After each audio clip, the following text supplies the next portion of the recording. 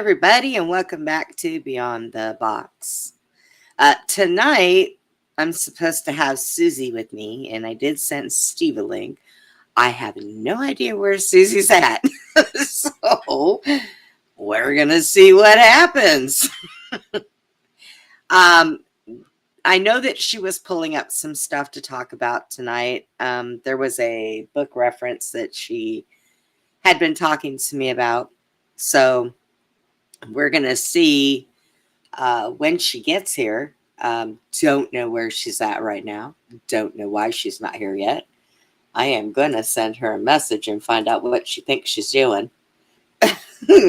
I set these for 9 o'clock at night our time so that she has time to get ready and all that. So hopefully, I don't know where she's at or what she's doing. And here is Steve. Hi, Steve. Hey, Brenda. How you doing? Okay, I just don't know where Suzy's at. I don't know either. I texted her the other day, and she never got back to me.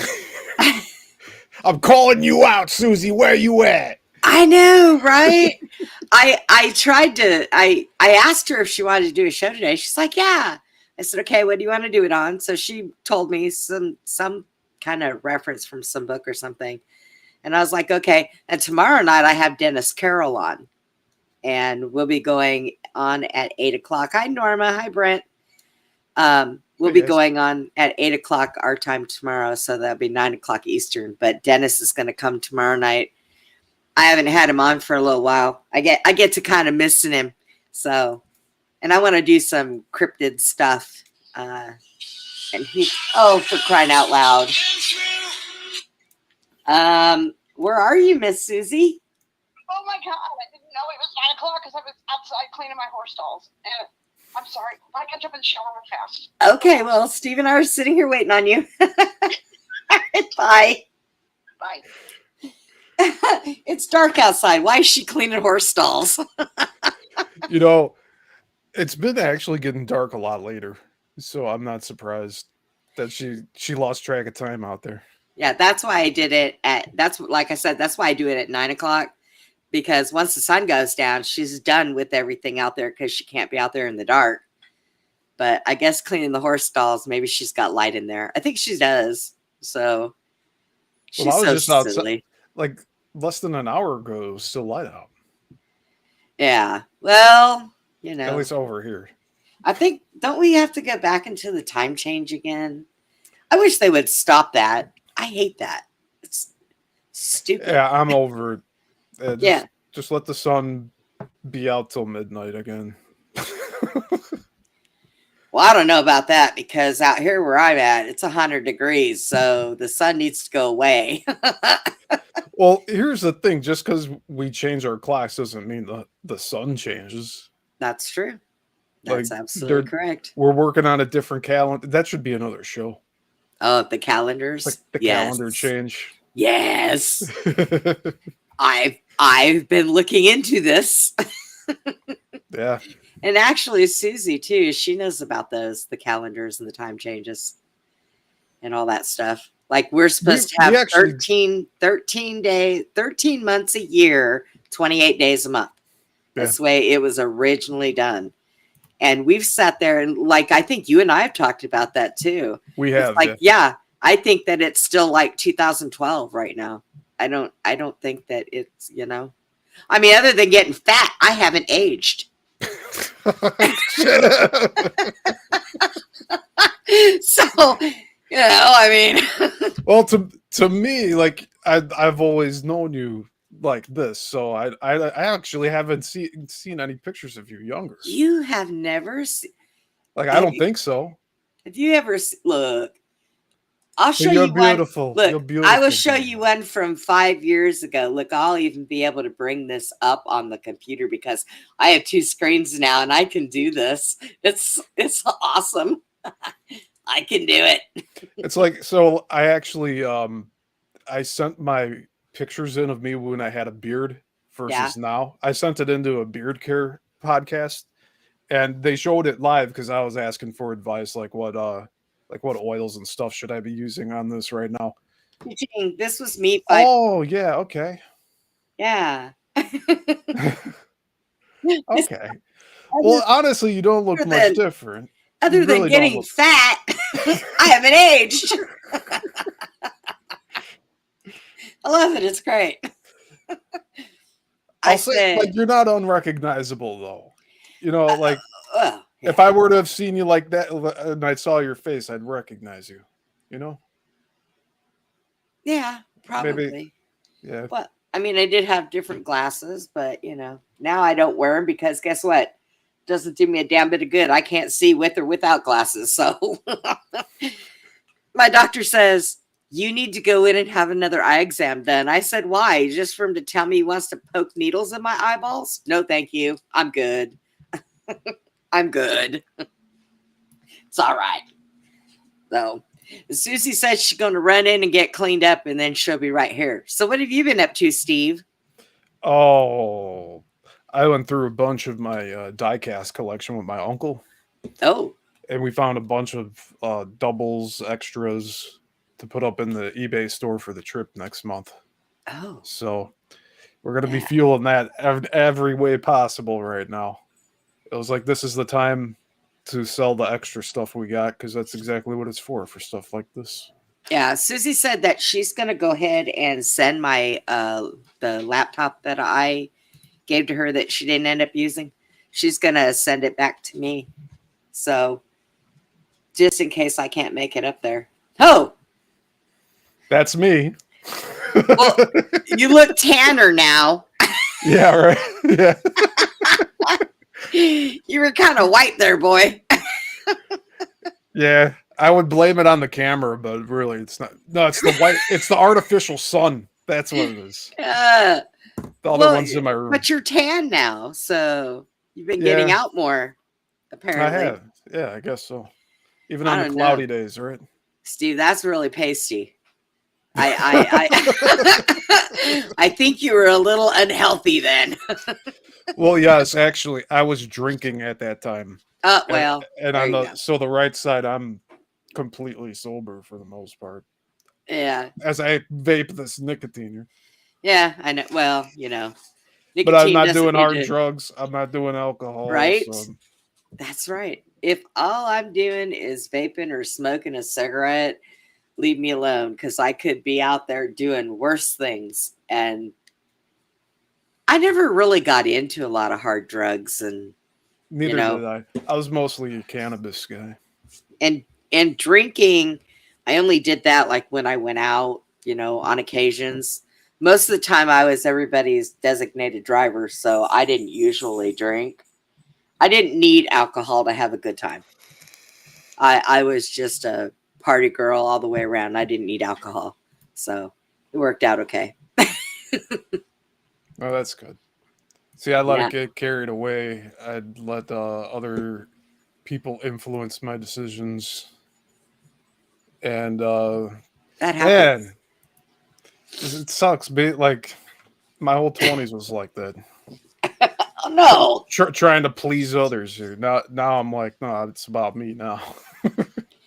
And all those people are gone. All those people that used to be bad influence on me are gone. You know what? Mine too. Amazing. How amazing. Who would have thought? It's amazing stuff. That's all I can say. It's like once I said no, they stopped coming around. How about that, huh? Yeah. How's things been going over there? I caught Abe's show the other night. I try to catch it as much as possible. What'd you do? Last Friday, I threw out a Ouija board. What? Last Friday, I threw out a Ouija board. Okay, where'd you throw it? I put it in the trash, and I put holy water on it, and I bind tithed and rebuked it in the name of Jesus Christ. Probably the best. Now it's gone. The best thing for you to have done was to take it a couple of miles from your house and dig a hole. No. And bury I'm not, it. No, I'm not going to start a Jumanji storyline here. Oh, no. It's now going to be in an undisclosed location in some fucking landfill, probably down southern Illinois. It's going to be Okay, buried forever. as long as it's going that far away. How long has that been in your house? I didn't even know you had one. My entire life. It's been in this house since the 60s, I guess. Oh my God. Really? Yeah. So get this. I did that on last Friday. And this past Wednesday, there was a rekindling of a relationship with the family here. Oh, So that's are they good. connected? Are they connected? I don't know. Maybe the Um, energy lifted and left, and now people are starting to be able to reconcile a little bit. you don't set them on fire, Norma, because you release whatever it could hold. Yeah. Um, We had a big yeah, discussion about that on Abe's show. yeah. So I was like sitting back asking questions like, well, what's the best way to get rid of it? And they're all like, they didn't have any clue that like I had that. Like it was, I kept it to myself. I mean, I would say yeah, throw it out, but I mean, you did the right thing the way you did it. The other option is to take it away from your property and bury it. Yeah. Because Here's the other thing. I didn't think I could like dig that. Like I would want to bury it 6-10 feet. I don't want anybody finding it. But with it going to the landfill and everything, it's just gonna be somebody will wherever. find it, and it'll be No. somebody else's problem. They'll burn it. Yeah. Or best case scenario, it just gets degraded. Like it just Yeah, breaks the paper breaks down, the whatever, everything in it. I don't know. Some of That it's one was plastic. from the '60s, so it was probably better made than they make them now. Now I Yeah. swear they just take old recycled toilet paper and put it all together. Yeah, Norma said once you stop using toxins, you physically change because the liver becomes unclogged. Good job. Yeah, so that we'll get back to talking about this board, but the beard show that I submitted my photos to and asked questions, they even said that like I look like a completely different person now. And I would agree with that because like I had a full on beard. You really couldn't see the lower half of my face most times. But adding all the like the drinking weight, like Yeah. that, it was a different time for me for sure. Because I was doing Well, the gas meter work, so like I was just eating gas station food after work, and just it wasn't good having those like the taquitos or whatever, right. bunch of energy drinks, and then crashing at home. Plus the four local style drinks, those were dangerous. Like the fruity high alcohol content. Yeah. I actually saw a billboard for it because I drove in. I went to Chicago today. Don't tell anybody. I went and got some hard drives in the city, Ah, and on my way back, there was this big billboard for the beer I used to drink called Beer Hug, and it has a picture of a bear on it, but it's 9.9% alcohol by volume. And they're like wow. they're the tall boy cans. I used to get 2 of those, Jeez. and I'd knock out with that. I have a question. Speaking of computer things, if I were to have my son-in-law build me a humongous tower, could it be plugged to my tower that I have now, and could I run both of them? They'd be different operating systems. Okay, because I don't want to lose the stuff that I have in this one. I mean, all the way from the the platform here, all my stuff. I don't want to lose none of You it. could just have both of them running side by side if you want. Like you can have. I've had multiple computers running in here at the same time. Okay. Actually, for a couple of years, actually, like I didn't get rid of my original computer until like maybe 2 years into having my new build, and my new one that's 7 years old now. I was Ah, thinking about that today, go because I was going to the computer store to get the hard drives. I'm like, yeah, it's still running really good, but it's 7 years old now. But I maxed everything out at the time. The end right. of 2018, it was all the latest specs, and I got this big triple fan on the CPU. So it's like it has lights on it. It's called Cerberus, like the three-headed dog. Right. Oh God. So like it packs a punch, and I got it for the video editing side of things, and everything's still fine. I'm like when I'm outputting in 1080, like it doesn't. That's all I'm doing now. 4K is overkill to me. Well, when I get moved, um, because I have to have the bathroom door taken off. I'm gonna probably take the master bedroom, and so I'm gonna get a bigger desk. Um, I like having two computer screens, but I think if I get a third one, I could have just as much fun. Yeah, yeah, you're gonna have 6 screens at one point in the future. I'm like having all this fun, and my big ass TV will connect to my internet and will connect to my computers. I did it by accident the other day. That's awesome. It was funny. So yeah, so I figured I can have my son-in-law can build me a tower because that's what he's got double masters in, all that computer mumbo jumbo. He built his, and he can work from home. He can play multiple games at one time. He's got everything. So I was like, let me have this kid build me a computer tower. My first computer build, I took off from school. I called in sick in my freshman year of high school. I spent all day putting it together. And now this is like the fourth or fifth build that I've done. Like I've upgraded them so much. It's kind of like if you replace all of the panels on a boat, is it still the same boat type of deal? It was just a shell was the original thing. That was all that was left. Everything else I had swapped out after like 2 or 3 times. So then I built this new one, and then I had the older one side by side until I extracted everything off of it that I wanted. But I was using both for quite a while. And now I just, like I could build another one if I wanted to. I built a mini PC too that my mom uses. Right? Oh, I originally used it for live streaming in 2020, and then it was just sitting around. And then my mom's computer went kaput, and I'm like, well, why don't we just have you try this one out? And it's been running fine ever since. So that's 5 years old, and that's right. running fine. Just needed a RAM upgrade. That's all it needed. Well, Brent said he quit drinking beer 7 years ago. Good, Brent. Good job, Brent. Yeah. Welcome. You know, I had, I guess cumulatively, since I started drinking to now, since I've stopped, because I stopped once before, but this needs to be my final time stopping. Yeah. And I intend to have it be that way. But I stopped for 5 years after I started, and then I started again on a film set.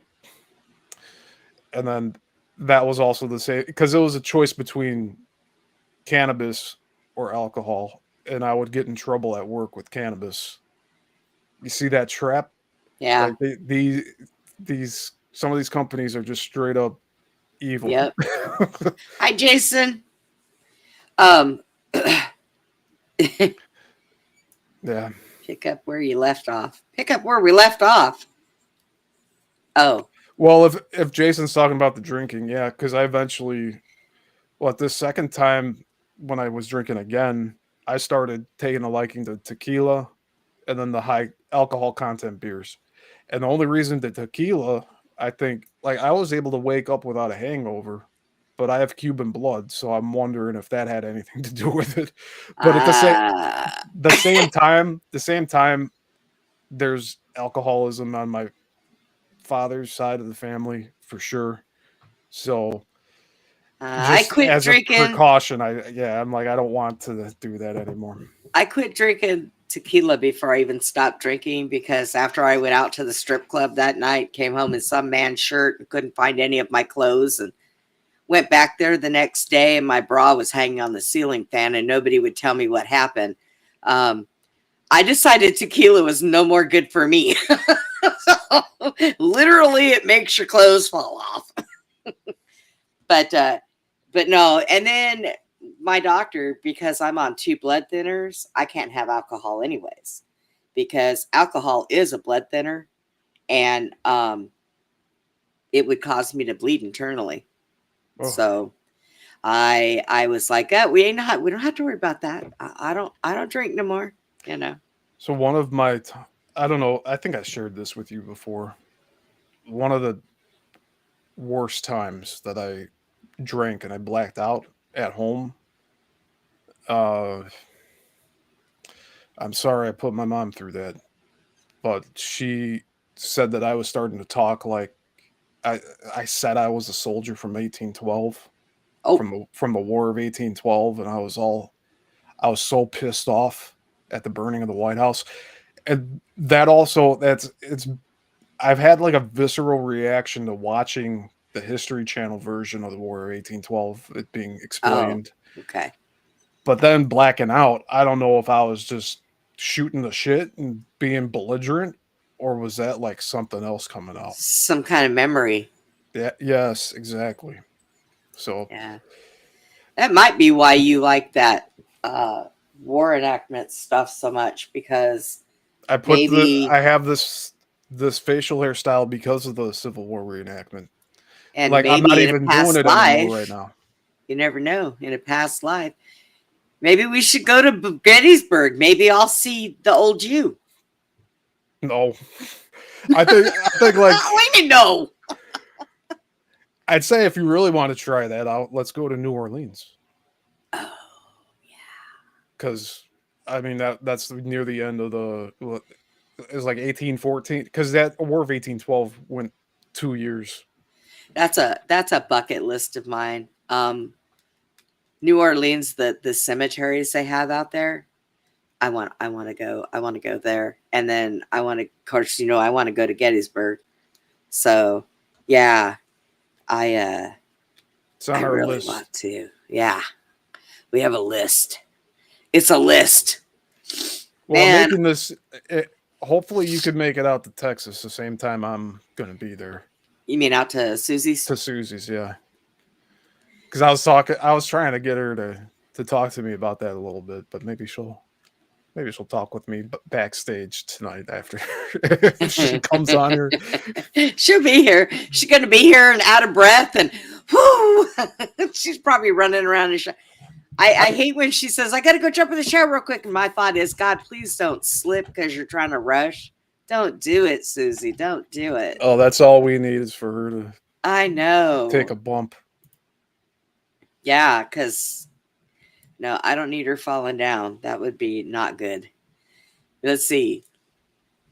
So Roger had his spill, and then Joel had his with the tree that fell on him. So that's all we need is for Susie to fall down. It's like, oh my gosh, I'll have to go there, just take care of everybody. Poor Jack will be tired because he'll be out there mowing the fields. He'll be on her big tractor with the air conditioner, though. Watch. uh, I can show a few pictures of what I was like styling this after. Like I eventually made it my own thing. Like I made this a lot thinner. But Norma asked if you were born here in the U.S. yeah, that was I wasn't, but yeah, Steve was. yeah, Park Ridge, Illinois, Lutheran General Hospital. Don't use that information for anything nefarious.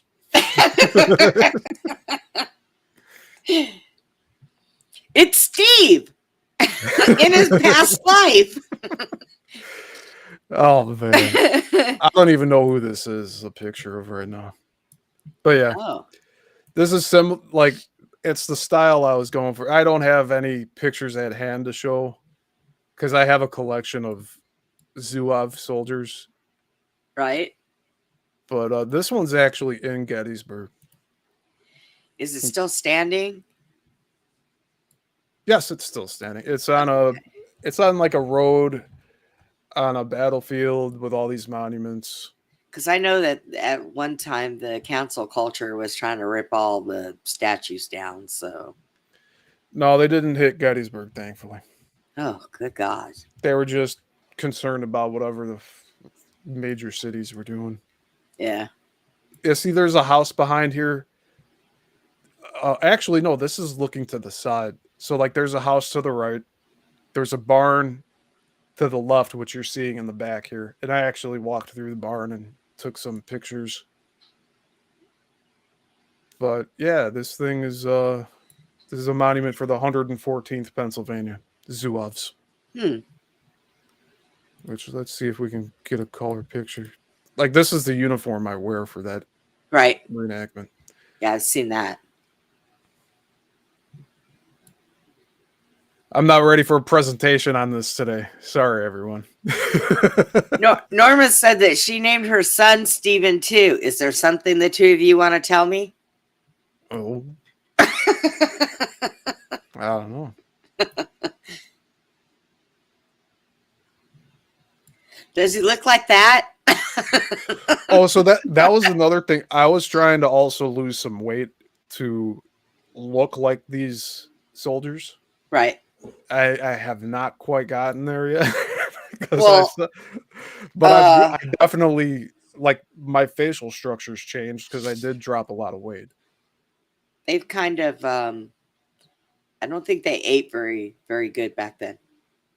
I don't think they had MREs like they have now. A lot of them had what hardtack, which was just flour and water. Right. Some sugar sometimes. I don't Hi, know. Suzy. Oh my God. I can't believe it. You here? Welcome to Beyond the Box. See, I always do shows when you're going to come on and do your thing, Suzy. Is your earpiece in? Working on it. Okay. I always schedule them for 9 o'clock our time because I know it's late enough, so you should be in the house. And you forgot what time it was. I got out in the barn and got busy, and oh my God, Also, guys, I want to tell you guys about something. Sherry was going to join us this weekend, but her mother's in the hospital. They're doing some tests. Sherry's been with her for the last 2 days between the ER and the hospital, so she's exhausted. She said she was going to try to watch, but I told her not to worry about it. Get some rest and we'll be fine. And tomorrow I got Dennis coming on, and all I got to do is get him started, and I can just sit back and relax and just listen to him. So we'll be good. Oh Lord. Busy day, Suzy? Yeah. Well, it's been so hot. I would working the last couple of days, just getting overheated, and then I was trying to take it easy today, and then I had to go out to the barn and clean stalls, and and I just lost track Yeah, of time. that's taking it Literally. easy, all right. Right. Major back breaking work, I would and just especially put a rake in the horse's mouth and say, "Here, clean up after I yourself." wish. Oh my God, I wish. But she will not poop in her pen. She will only poop Thank in you, her Norma. stall. Only her stall. So She won't do it when she's out in the arena either. no, I mean her whole big outside pen. She will not poop once in the yard. She will only poop in her stall. So guess who has to clean that out? Me. She Spoiled baby. she's like, "Hey, I got something for you over here." Plump plump. So silly, but anyway, that's what happened to me, and so I got I sent you a YouTube thing of, and it's what I was gonna continue talking about is this demon situation, right? The demons, and we were talking the other day, you and I, Brenda, about how the demons, they like it's crazy, but the demons know everything. I mean, unfortunately, Yes, they do. Satan is the god of this earth, and his little demons are running the show, and so they know stuff, Yeah, like too much stuff. everything. It makes me really upset, but what am I going to do about it? They know what Yeah, they know, right?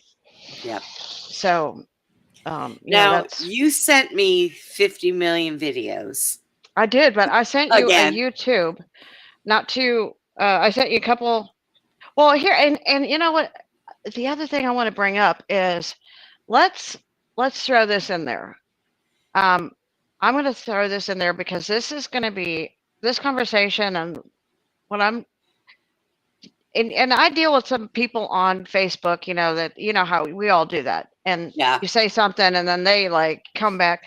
And I have one of the things that I have been aware of for a very long time is the prophecy about what's going to happen in Israel. And it was just a matter of time, you know, till everything lines up. And a lot of people seem to be in denial of what's taking place or what's going to happen there and how things are going to play out. And it's kind of like they're going to play out that way because of the choices that people have made. And, all throughout history, there's always been a an action to, or whenever what is it, a reaction to an action or whatever, or there's always consequences to certain things that people do, right? Yeah. And in the biblical stories, you had all these kings of Israel who went down the wrong path, and as a result, Israel was destroyed. They were scattered, and I mean, this is the temple's been torn down so many times. I mean, and we're on that same path. I mean, we're history is literally repeating itself. I mean, and I don't know if people have, people just randomly think Israel is somebody that we're supposed to defend or whatever, and I mean, and that's why they take the stance. I don't know, but it's not biblical or it's not correct to side with somebody, yeah, because of who they are. That's like, Right. you know what I mean. You do it because you side with somebody who's trying to do the right thing, and clearly Israel has not ever been trying to do the right thing since they became a nation in 43.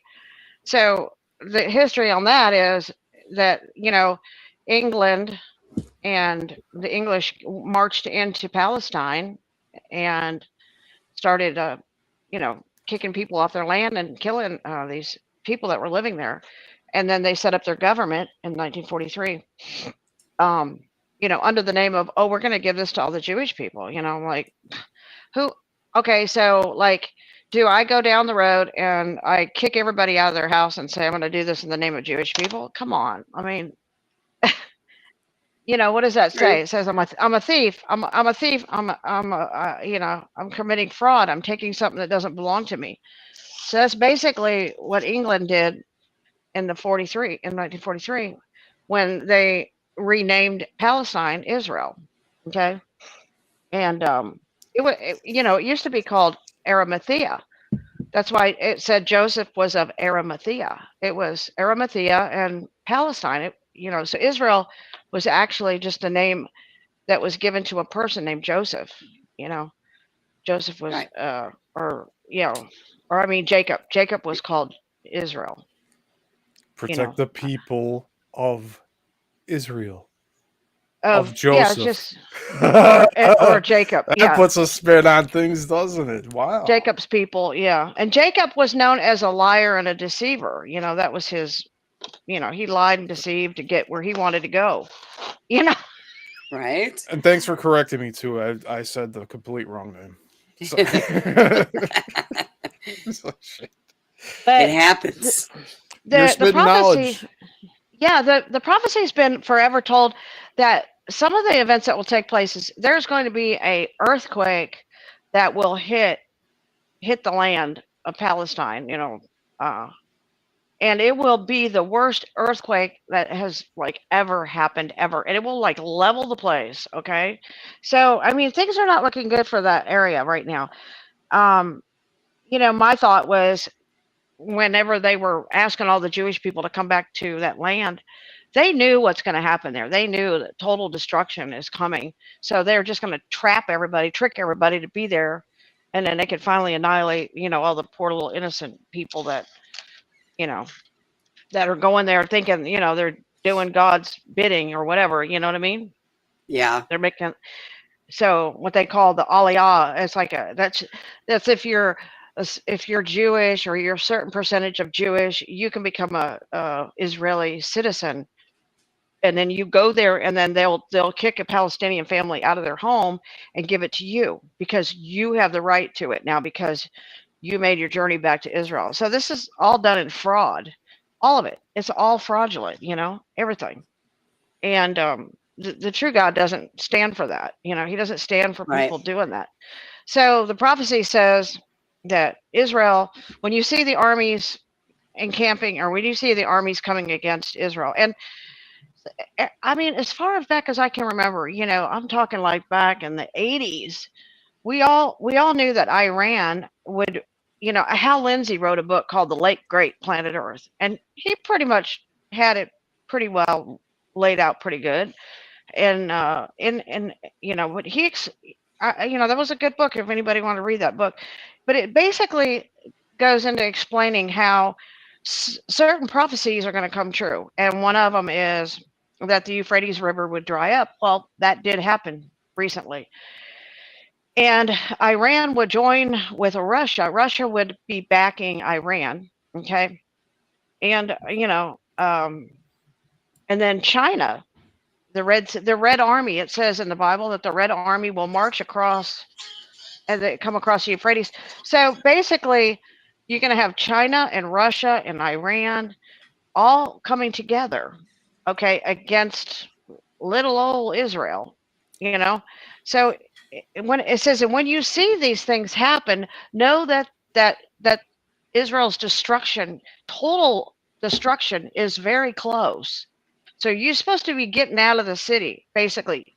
You're supposed to get your hitchhiking thumb out and get out while the going is good.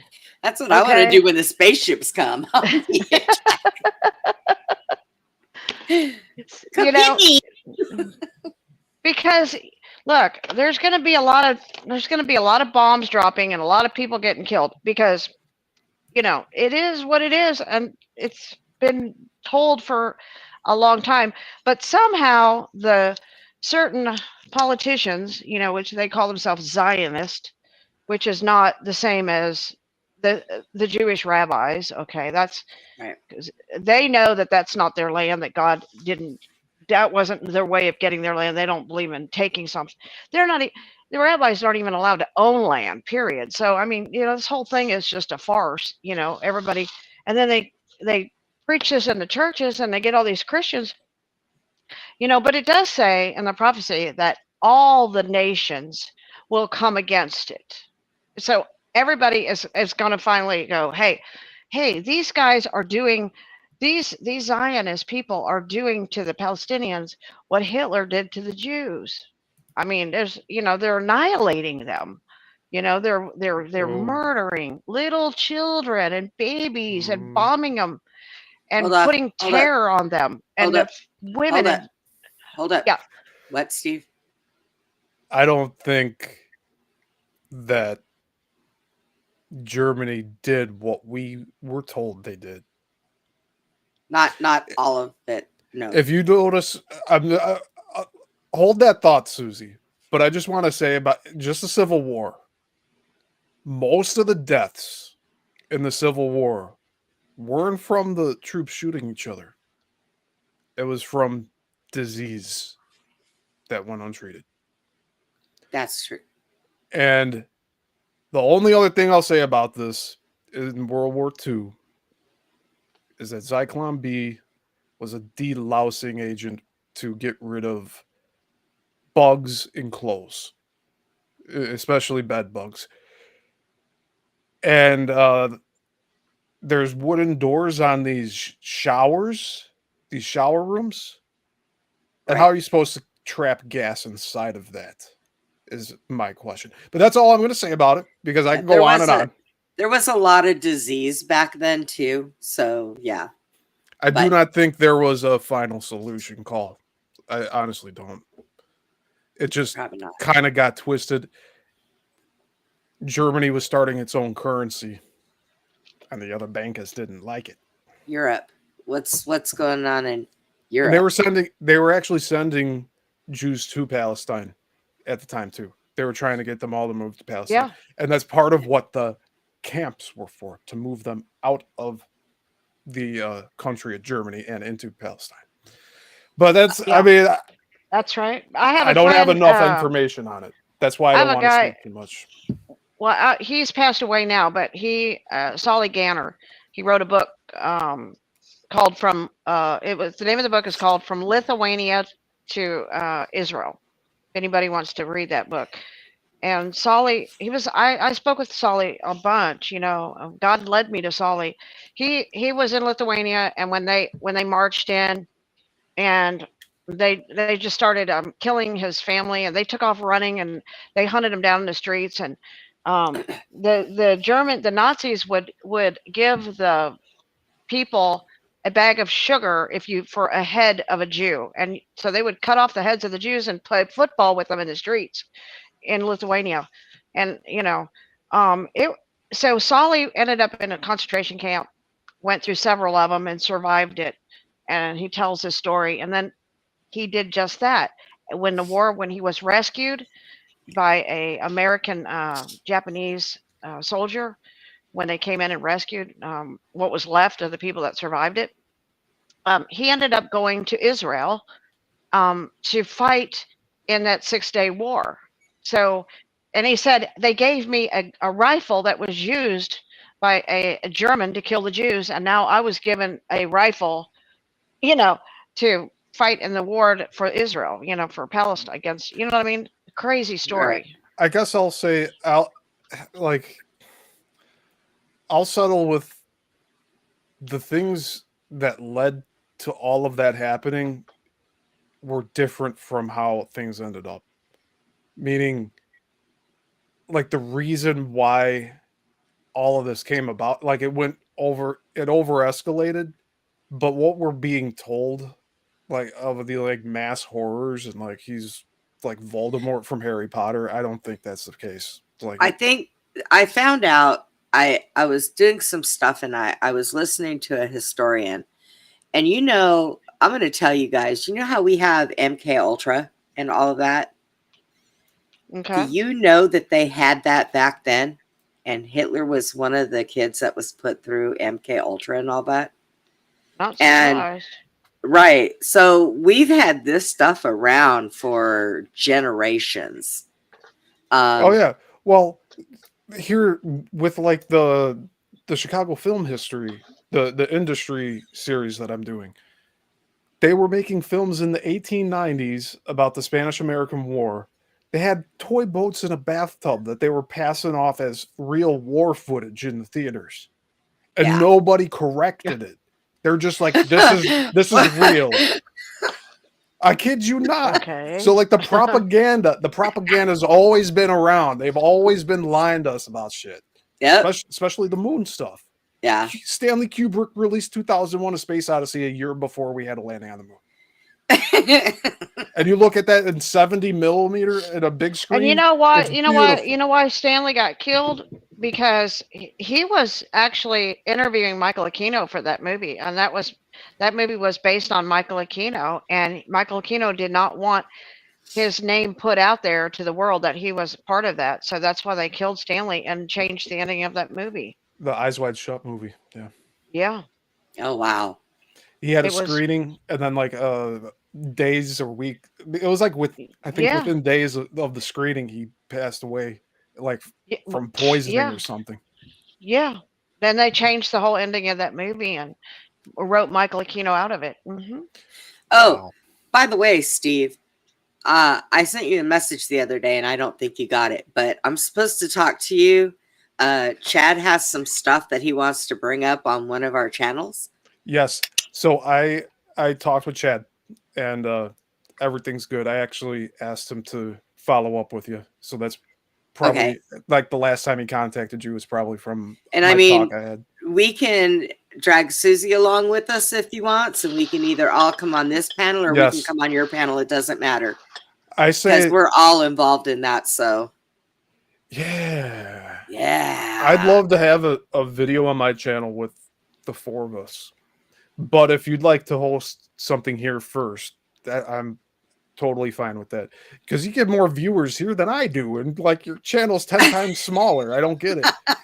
Like, they really shadow banned me on this. I have good people. We got faithful. We got people. faithful I people. just thank you guys for listening to us out there too. And We I love you know guys. I know that Zen's in the chat. Norma. I know. He's Yeah. watching. I know that Norma would really love to hear that stuff too, because she's always up on what that witch has been up to and everybody else. So, Yeah, it's boy, I don't even like saying this, but it's what brought us all together. All right. I right? have to. Crazy have to- Penny and What is that? Lucy Tom Oh, here. are those your new These are boots? my new boots that Joel won me at the World Show because he was reserve world champion and I was sixth. That's and these Those are awesome. nice. I like those. $400 not go- pair of boots. I do not- know. Yeah, do not use those for cleaning the horse stables. And then I got 3 World Cups because I won 6th and 8th place, and Joel won 1. So Oh. so we Are won those- those 2. Are those like Huh? tumblers? Are those tumblers? It's a Yeti, with the lid. It's like a coffee, really cool little cup. Oh my God! I think I might So- need one of those, Susie. So it says World Finals. So Oh, I need one of those. Yeah. Go win another one for me. I know, and so we did pretty good. I was pretty happy. So yeah. But okay, so my video, Brenda. Okay, Oh, so wait, I had it. So we're gonna talk. Here, we're gonna do. We're gonna play some of the video, and then we'll stop it a little bit where you find where. Okay, you use your judgment as you're playing it, Brenda. Is it the Play some of Testament? it. Is it the one that's the Yes, Testament the of Solomon? Testament of Solomon. Okay. And I'm going to tell our listeners a little bit about this. So there are many, many books out there, and you're very limited if you just read only the books in the Bible. There are gazillions of books out there. Okay, even Jesus said, if all the books were written that could tell the stories, there's not enough books in the world to tell all the stories. So with that, this book of Solomon is so powerful because it is the actual story of the demons, and it will be a story about demons who Solomon is able to take authority over, and so there's and that's what we all have, the ability to take authority over demons. So that I want to put that out there.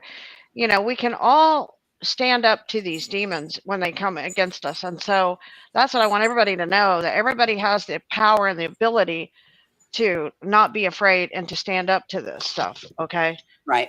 And so in this story, Solomon, he's introduced to all these demons, and he asks the demons, like, what subdues you? What is your power? Who are you? And then in this story, they go on to explain how one day, what's going to happen, and how, it kind of leads into what I'm saying about the destruction that's coming on this land in Israel, So, Okay. all right. So go ahead and just Are do you it ready? as you choose. Yes, I'm ready. Well, I Of guess. Solomon, son of David, who reigned in Jerusalem, and subdued all the spirits of the air, of the earth, and under the earth. Through them he also accomplished all the magnificent works of the temple. This tells what their authorities are against men, and by what angels these demons are thwarted. Blessed are you, Lord God, who has given this authority to Solomon. Glory and power to you forever. Amen. Once upon a time, when the temple of the city of Jerusalem was being built and the artisans were working in it, Onias the demon came as the sun was setting and took half of the wages and the provisions of the master workman's little boy. Also each day the demon was sucking the thumb of the boy's right hand, so the little boy, who was much loved by me, grew thin. But I, Solomon, interrogated the boy one day and said to him, have I not loved you more than all the other artisans working in the temple of God? And have I not been paying you double wages and provisions? Why then are you growing thinner every day? And the boy said, I beg you, king, listen to what is happening to me. After we are dismissed from work on the temple of God, when the sun has set and I am resting, an evil spirit comes and makes off with half my pay and half my provisions. He also grabs my right hand and sucks my thumb. You can see that when my soul is in distress, my body...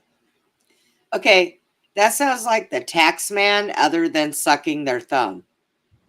Is that what that is explaining? How they take half your money, like the government, and The whatnot. tax man? The tax man, you say? Yeah. Who knows? I The mean, you know, user? you could, yeah, whatever you know, tell us what you think, Brenda. I think that that's what it sounds like to me. Sounds like the government's been taking people's money even back in those days. Sounds anti-Semitic, The Brenda. demons, yeah, they say the politicians are the demons. You know, they've been doing it Yes. a long time. There you go. I That's get it now. That's a You got really it. good analogy. I wouldn't Yeah, have thought about that. I that get is it. good. Ha. Our body grows thinner every day. When I, Solomon, heard these things, I went into the temple of God, and praising him night and day, begged with all my soul that the demon might be delivered into my hands, and that I might have authority over him. Then it happened that while I was praying to the God of heaven and earth, there was granted me from the Lord Sabaoth, through the archangel Michael, a ring which had a seal engraved on precious stone. He said to me, Hold up Solomon, a second. son of David, take the Okay, What? so did you hear Solomon said the Lord Sabaoth is, or I call it Sabaoth. That is what I was telling you in the book of the Lord of the book of the Wars of the Lord. That is also mentioned as Jehovah Sabaoth, the good God. Okay, not the gods that are, you know, some people, you know, um, and this God doesn't claim to be the most high God, but he is the God who looks after humans and helps them and gives the angels. And so there's a higher God than that. That's a spirit. So but just bear with me here. But it does say that, and in the New Testament, it mentions Sabaoth the good, and he's a good. He doesn't. It's not like a lot of the stories. You know, it gets complicated. But go ahead, go on. gift which the Lord God, the highest Sabaoth, has sent to you. With it you shall imprison all the demons, both female and male. With their help you shall build Jerusalem when you bear this seal of God. Now I became so joyful that I continually sang hymns of praise to the God of heaven and earth, and glorified him. The next day I ordered the child to come to me, and I gave the seal to him. Then I said to him, At the moment the demon appears to you, fling this ring into his chest, and say to him, Come, Solomon summons you, and come running back to me as fast as you can before he says anything that would frighten you. Now it happened that at his usual time the pesky demon, Ornias, came like a flaming fire, to take the little boy's pay, as was his custom. According to Solomon's instructions to him, the little boy flung the ring into the chest of the demon, and said to him, Come, Solomon summons you. And he started to take off running to Solomon as fast as he could go.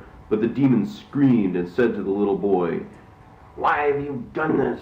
Remove the ring and give it back to Solomon, and I shall give you all the silver and gold of the earth.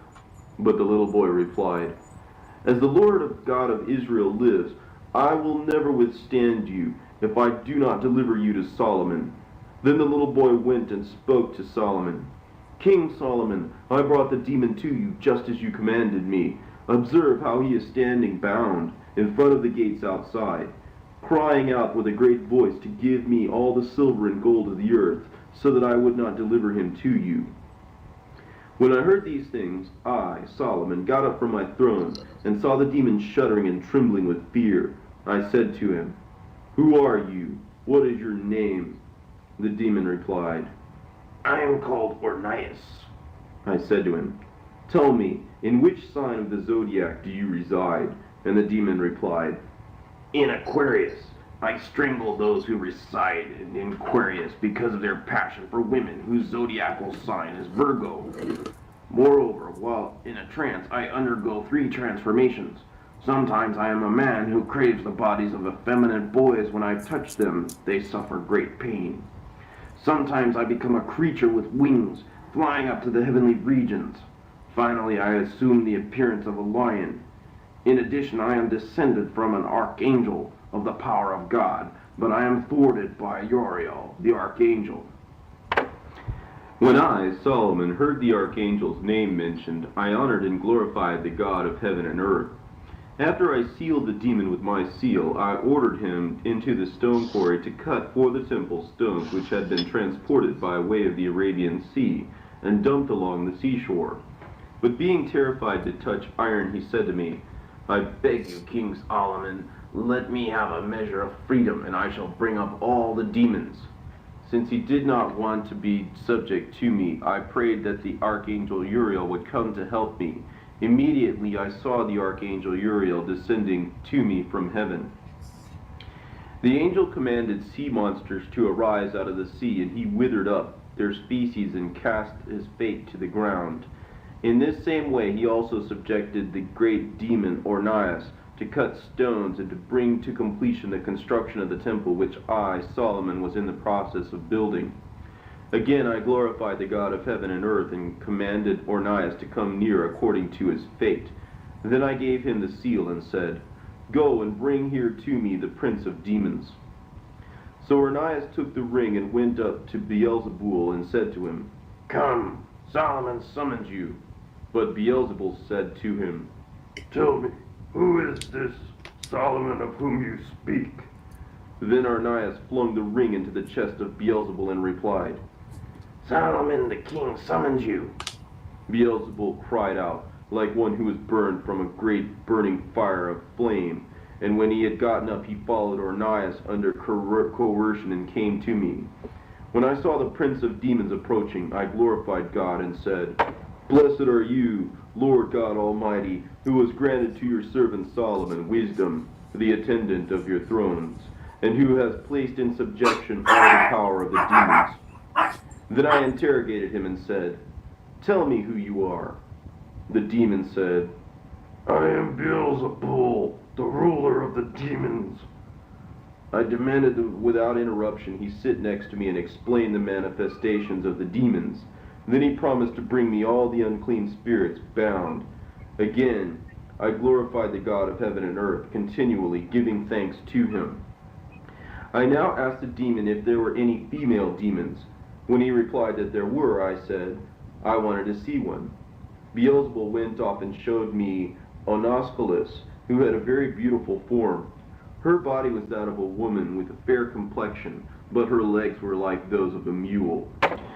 When she came to me, I said to her, Tell me who you are. She responded, My name is Onospolis. I am a spirit which has been made into a body. I recline in a den on the earth. I make my home in caves. However, I have a many-sided character. Sometimes I strangle men. Sometimes I pervert them from their true natures. Most of the time, my habitats are cliffs, caves, and ravines. Frequently, I also associate with men who think of me as a woman, especially with those whose skin is honey-colored, for we are of the same constellation. It is also true that they worship my star secretly and openly. They do not know that they deceive themselves and excite me to be an evildoer all the more, for they want to obtain gold by remembering me. But I grant little to those who seriously worship me. Next I asked her how she came into being.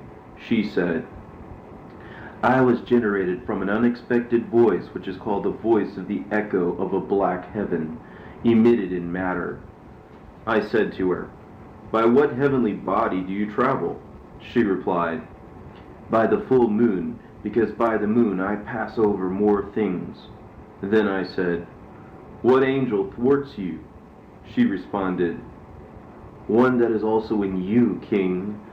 Now, because I thought these remarks were meant in ridicule, I commanded a soldier to strike her, but she cried out in a loud voice, I say to you, King, by God's wisdom, I have been entrusted to your power. So I uttered the name of the Holy One of Israel, and commanded her to spin the hemp for the ropes used in the construction of the temple of God. She was sealed and bound in such a way that she was made powerless, so that she had to stand day and night to spin the hemp. I commanded another demon to be brought to me, and Beelzebul brought me an evil demon Asmodeus, bound. I asked him, Who are you? He scowled at me and said, And who are you? And I said to him, You dare to answer so arrogantly when you have been punished like this? He continued to give forth the same look and said to me, How should I answer you? You are the son of a man. But although I was born of a human mother, I am the son of an angel. It is impossible for one of heavenly origin to speak an arrogant word to one of earthly origin. My constellation is like an animal which reclines in its den in heaven. Some men call me the Great Bear, but others the offspring of a dragon. Moreover, a smaller constellation accompanies my constellation, for the high position and throne of my father is always in the sky. So do not ask me so many things, Solomon, for eventually your kingdom will be divided. This glory of yours is temporary. You have us to torture for a little while, then we shall disperse among human beings again, with the result that we shall be worshipped as gods, because men do not know the names of the angels who rule over us. When I, Solomon, heard this thing, I bound him with a greater curse. Then I ordered him to be flogged with a rod and to defend himself by stating his name and reporting his activity. The demon stated, I am the renowned Asmodeus. I cause the wickedness of men to spread throughout the world. I am always hatching plots against newlyweds.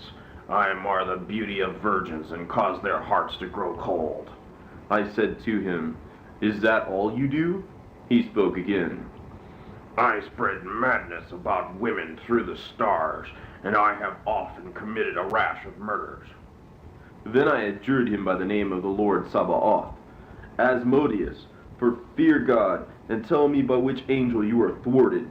The demon said, Raphael, the one who stands before God, but also a liver and a gall of a fish are smoking coals of charcoal drives me away.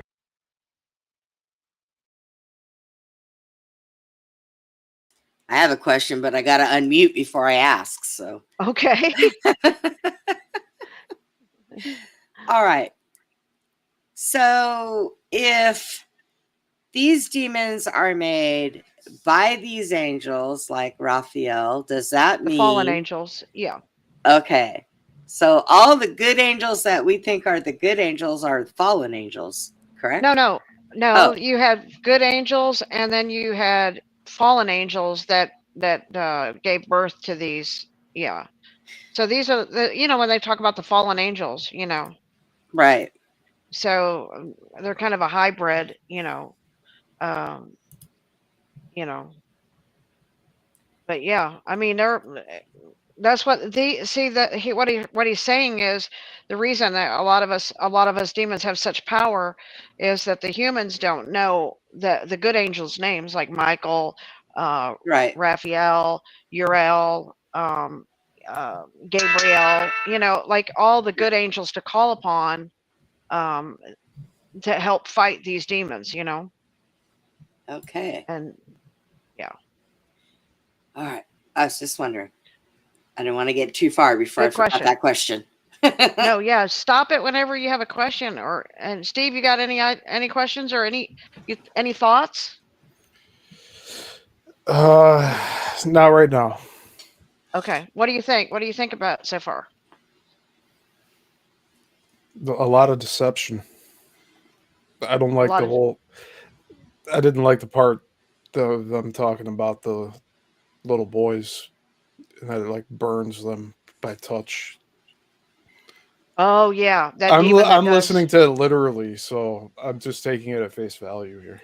Yeah, these demons are actually telling you how the evil that they're doing on mankind and who they are. They actually have names. Yeah, And they approach so men as beautiful women. they can. That one does. The Yeah, demons, I bet they the can, female because demons. Yeah. the demons can, like, basically think of them as shapeshifters. They Didn't can they turn say Yeah, into they said that the legs looked like a like a mule. donkey, a a mule. mule? Right. Incredible. So even like the clove hoof could be possible with that. Because they're using a comparison just based off of at the time that it was written or recited. Yeah. Yeah, I've So heard a lot of stories like in Africa where these men get seduced by these women that turn into demons, and they like realize that they've just been had by a demon. it reminds me of one of Abe's stories. He Yeah. went Really? he went because he was serving, I think, serving time in Germany, Okay. And he went home with a girl from the bar, and then he woke up in the Uh-oh. middle of the night, and she's doing some seance thing on the floor, and she looks like an old lady. And he's like, I gotta get the hell out. Probably had donkey legs. She was like stabbing the floor with a piece of glass, Oh my Oh my God. God.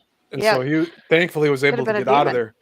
Yeah. He said like the door had a whole bunch of locks on it that he had to unlock. So like, what the who else had that thing Oh, that brought would be in? creepy. Right. Yeah, nothing I would want to experience for sure. Hey, No. I'm going to uh get Jack to release me from my little screen here. I'm gonna go ahead and push play. I'm gonna run in and go use the restroom, Okay. and then I'll be right back while this is playing. Okay. Okay. Sounds good. All right. Then I asked him again, saying, Do not hide anything from me, for I am Solomon, son of David. Tell me the name of the fish you fear. He replied, It is called the sheet fish. It is found in the rivers of Assyria, and it is hatched only there.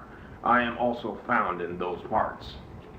I said to him, Is there not something else about you, Asmodeus? He said to me, The power of God which binds me with unbreakable bonds by his seal knows that what I have related to you is true. I beg you, King Solomon, do not condemn me to water. But I smiled and replied, As the Lord, the God of my father, lives, you shall have irons to wear, and you shall mold clay for all the vessels of the temple, eliminating the cost of the mold. And then I ordered 10 water jars to be made available, and I commanded him to be encircled by them. Though he complained bitterly, the demon carried out all things which he had been commanded. Asmodeus did this because he also had knowledge of the future. So I, Solomon, glorified God, who gave me this authority. Then, taking the liver and the gall of the fish, along with the branch of storax, I lit a fire under Asmodeus because he was powerful, and his voice was thwarted, as well as a tooth full of venom. Then I summoned Beelzebul to appear before me again. When he was seated, I thought it appropriate to ask him, Why are you alone the prince of demons? He replied, Because I am the only one left of the heavenly angels who fell. I was the highest ranking angel in heaven, the one called Beelzebul. There also accompanied me another ungodly angel whom God cut off, and now imprisoned here, he holds in his power the race of those bound by me in Tartarus. He is being nurtured in the Red Sea. When he is ready, said he will come Tartarus. in triumph. I said to him, What are your activities? He replied, I bring destruction by means of tyrants. I cause the demons to be worshipped alongside men, and I arouse desire in holy men and select priests. I bring about jealousies and murders in a country, and I instigate wars. Then I said to him, Bring to me the one you said is being nurtured in the Red Sea. He retorted, I will bring no one back to you, but there will come a certain demon whose name is Ephipas, who will bind him and bring him up out of the abyss. I responded, Tell me why he is in the abyss of the Red Sea and what his name is. He, however, said, Do not ask me. You are not able to learn that from me. He will come to you because I too am with you. So I said to him, Tell me in which star you reside. The one called by men the evening star. He said. Then I said, Tell me which angel thwarts you. The Almighty God, He replied. He is called by the Hebrews Patikeh, the one who descends from the heights. He is called by the Greeks Emmanuel. I am always afraid of him and trembling. If anyone adjures me with an oath called the Eloi, a great name for his power, I disappear. Now when I, Solomon, heard these things, I commanded him to cut blocks of Theban marble. As he was beginning to cut, all the demons cried out with a loud voice, because he was... Okay, I'm back. Does anybody need to Okay. say anything? I heard him say Tartarus. You heard that, Steve? The land of Tartarus? I heard him say Assyria before, though. Yeah, he said Tartarus because, we they don't talk about Tartarus, and he mentioned Tartarus. The demon did. Yeah. Wow. Is that like Tartaria? Yeah, that's what I'm saying. Yeah. Oh, Yeah. well, Mention that name. Yeah, that's the same reference, to that name. I really would like to break some things down one day and find out exactly how many times this earth has gone through a reset. Right? More than we can probably count. Yeah. Yeah. It is the what is it called? It's called the Testament of Solomon, Brett. Okay, off we go. Okay. Was their king, Beelzebul. Nevertheless, I, Solomon, persisted in interrogating him, saying, "If you wish to obtain a release, inform me about heavenly things." Beelzebul replied, "Listen, king, if you burn oil of myrrh, frankincense, and bulbs of the sea, along with spikenard and saffron, and light 7 lamps during an earthquake, you will strengthen your house. And if being ritually clean you light them at the crack of dawn, just before the sun comes up, you will see the heavenly dragons and the way they wriggle along and pull the chariot of the sun." When I, Solomon, heard these things, I rebuked him and said, "Be silent, and continue cutting marble just as I ordered you." After I praised God, I, Solomon, requested the presence of another demon, and Hey, he Brenda. appeared before me. Yeah. I actually did that. And I saw like 3, it looked like lights in the sky and they brought the moon. When the moon came up, I saw how they brought it on its course. I literally saw that. It it worked. I'm just telling you. Let me see if I can pull this up. Somebody asked me if we had the link to this video. Can't send it that way. It's a YouTube video. Yeah. Yeah, I know. Let me see. Copy link address. There we go. Okay. Orange sunfish. Here would be the link to the video. Possibly, if I can get it to send. There we go. That's a link to the video. Right. I want to tell you guys, I'm going to do that show tomorrow night with Dennis. But depending on how my doctor's appointment goes on Monday, I don't know if I'm going to have shows next weekend. I have what they call, I believe what it is on my left foot, well, on my only foot, on the side of my foot where my heel is. I think I have an inner, kind of like how people get breakdowns. I think I have one inside my foot. And when I go to step now, my heel feels like I'm on a bubble. So if that's the case, I got to go in, and I don't know if they're going to have to cut my foot open to try to clean it out and fix it, or if we can do it a different way.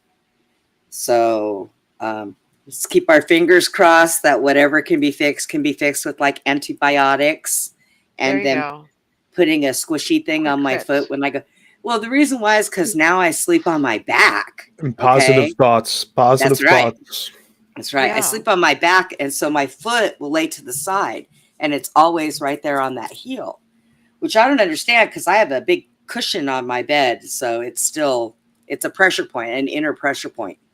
So, but yeah, I had to make an appointment because it's starting to bother me. So I was like, yeah, I better go see him and not be stubborn and wait until it busts open and, woohoo! Oh, yeah, not good. So that wouldn't be good. I only have one foot. I need to keep it. Get it early. Yeah. That's right. All right, off we go. He was burying his face on the air high above, and the remaining part of his body was crawling along like a little snail. Suddenly, he broke through a large contingent of soldiers, raised up a blustering cloud of dust from the earth, transported it upward, and hurled it against me many times. While I watched in amazement, I exclaimed, "What do we have here?" But this continued for a long time. When I stood up, I spat on the ground at that spot, and I sealed him with the ring of God. As a result, the moving air stopped. Then I asked him, saying, "Who are you?" After he had stirred up another cloud of dust, he answered me. What do you want, King Solomon? I answered him, "Tell me what you are called. Also, I want to interrogate you." Thus I give thanks to God who instructs me as to how to respond to their evil plots.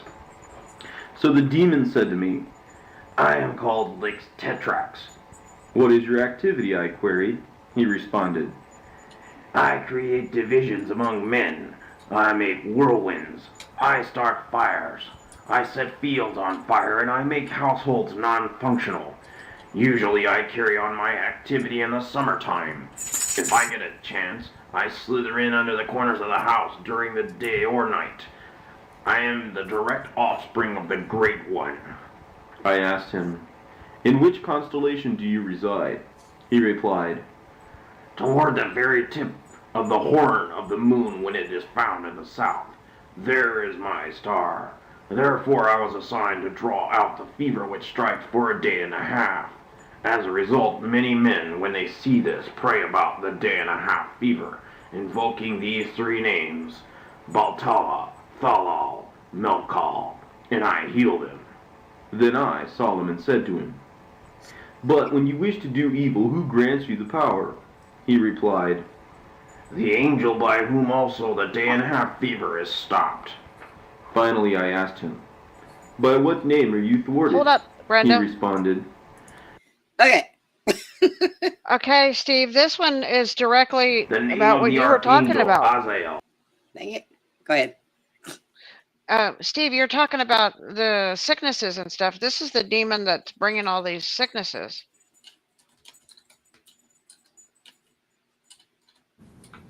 Wow. That's he's talking about how he brings all these illnesses and he starts fires. You know, we know how all these weird fires start. He starts fires. He caused division. He brings sicknesses, diseases. He mentioned one of the diseases, Dan Ha or whatever. What did he say that was? Fever or something. You know. So Now, because we know, I mean, I can say from firsthand experience, we may have demons that will cause diseases and yeah, different things like that, but we also have angels that help heal those. exactly. Yeah. Interesting. Yeah. Ready? Then I placed my seal on the demon and commanded him to pick up stones and hurl them up to the heights of the temple for the workmen. Compelled, the demon complied with his orders. Again I glorified God who gave me this authority, and I commanded another demon to appear before me. There came 7 spirits bound up together hand and foot, fair in form and graceful. When I, Solomon, saw them, I was amazed and asked them, "Who are you?" They replied, "We are heavenly bodies, rulers of the world of darkness." The first said, "I am deception." The second said, "I am strife." The third said, "I am fate." The fourth said, "I am distress." The fifth said, "I am error." The sixth said, "I am power." The seventh said, "I am the worst." Our stars in heaven look small, but we are named like gods. We change our position together and we live together. Sometimes in Lydia, sometimes in Olympus, sometimes on the great mountain. Mount Then I, Olympus. Solomon, continued Yep. questioning them, beginning with the first. Zeus. "Tell me what you do." He responded, "I am deception. I plot deception, and I devise the most evil heresies. But there is one who thwarts me, the angel Lemichiel." The second said, Michiel. "I am strife. I cause strife by making available clubs, pellets, and swords, my implements of war. But I have an angel who thwarts me, Baruchael." Likewise the third said, I am called Fate. I cause every man to fight in battle, rather than make peace honorably with those who are winning. But why am I talking so much? There is an angel who thwarts me, Marmaroth. The fourth, Distress, said, I cause men to lack moderation. I divide them into factions. I keep them separated. Since strife follows in my footsteps, I set men against each other and do many other similar things to them. But why am I talking so much? There is an angel who thwarts me, the great Balthuel. The fifth said, I am Error, King Solomon, and I am leading you into error, and I led you into error when I made you kill your brothers. I lead people into error by hunting for graves, and I teach them how to dig them up. I lead men's minds astray from religion, and I do many other bad things. However, there is an angel who thwarts me, Uriel. Likewise, the sixth said, I am power. I raise up tyrants. I depose kings, and I grant power to all those who are enemies. There is an angel who thwarts me, Astaroth. Similarly, the seventh said, I am the worst, and you, king, I shall harm when I order you to be bound with the bounds of Artemis, because these things affect you. You have desire like a beloved one. But to me that is a desire which corresponds to myself, which is wisdom. For if anyone is wise, he will not follow in my steps.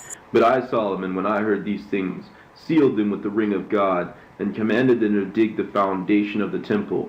It stretched out 250 cubits in length. So all the things which were commanded them were accomplished.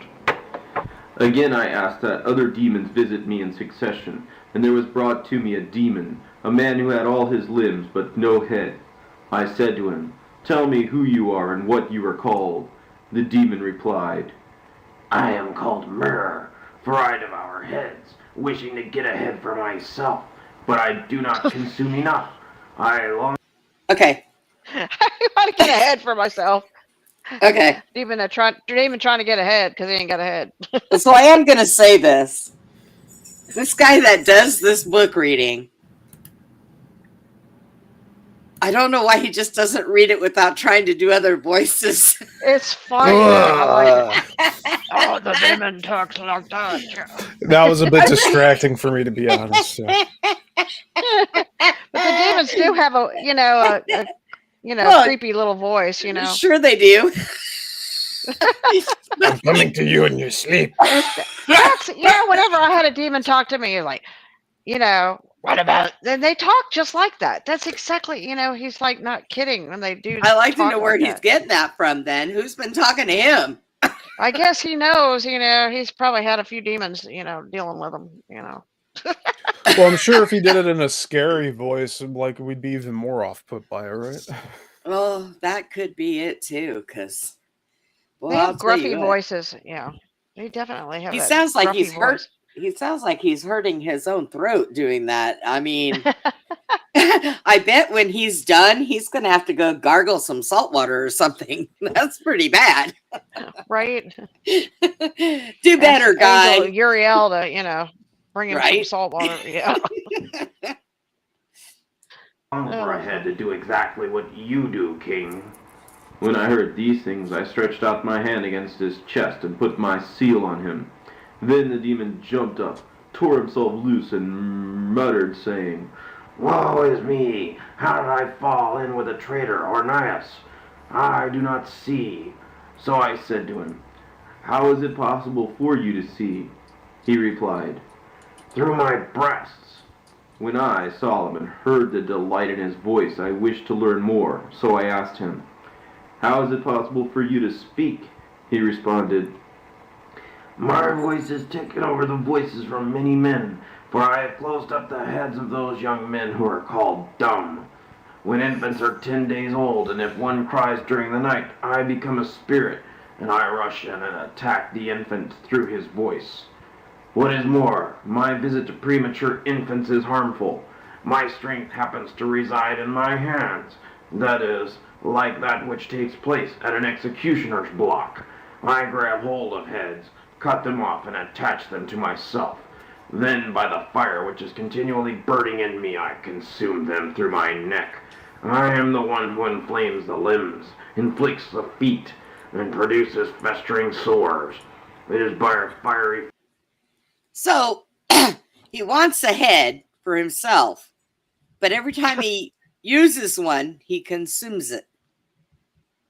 Crazy demon. I think somebody should take his arms and legs too and just leave him laying there. Jeez. God. What the hell? That's a real creepy dude right there now. You know.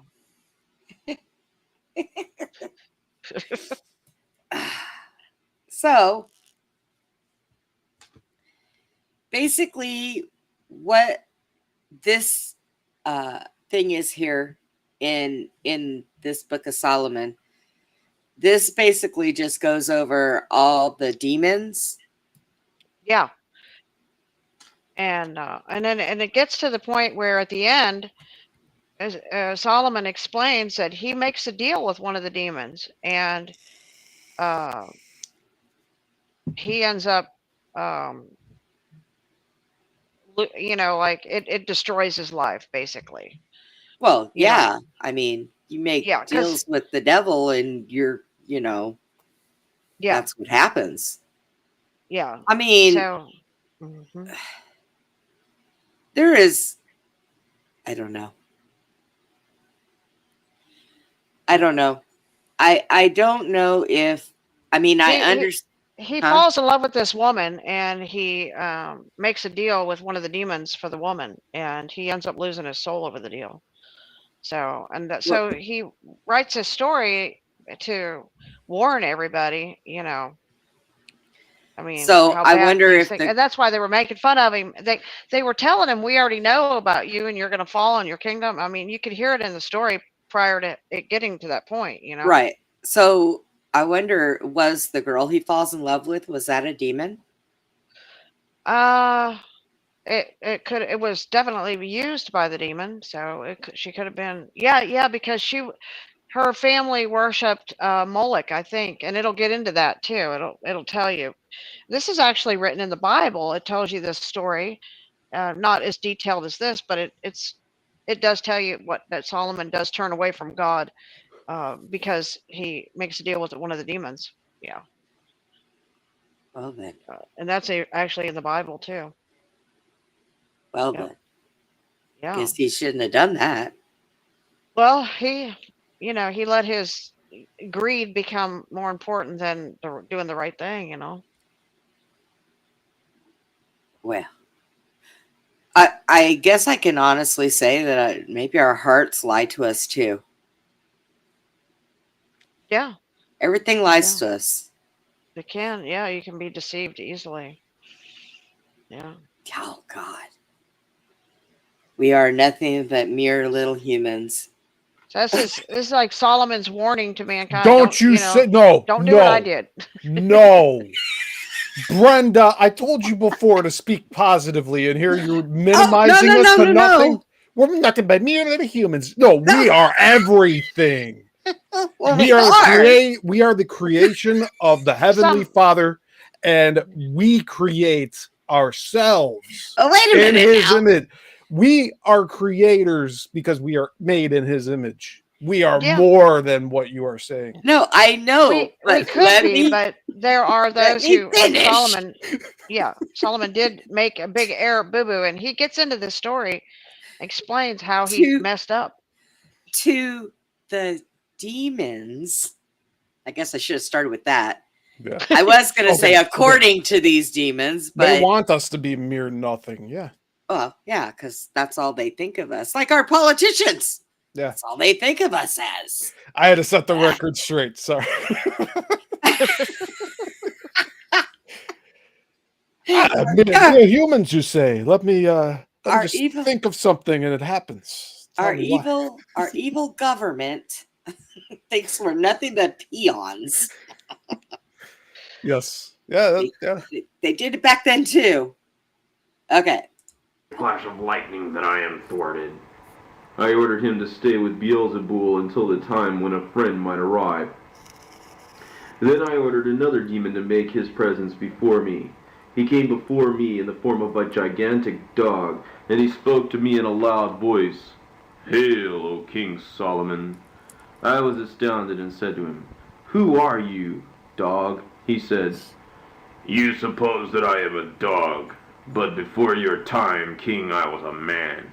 I accomplished many unlawful deeds in the world, and I was so extremely strong that I restrained the stars of heaven, and now I am preparing more evil works. Consequently, I deceive men who follow my star closely, and I lead them into stupidity.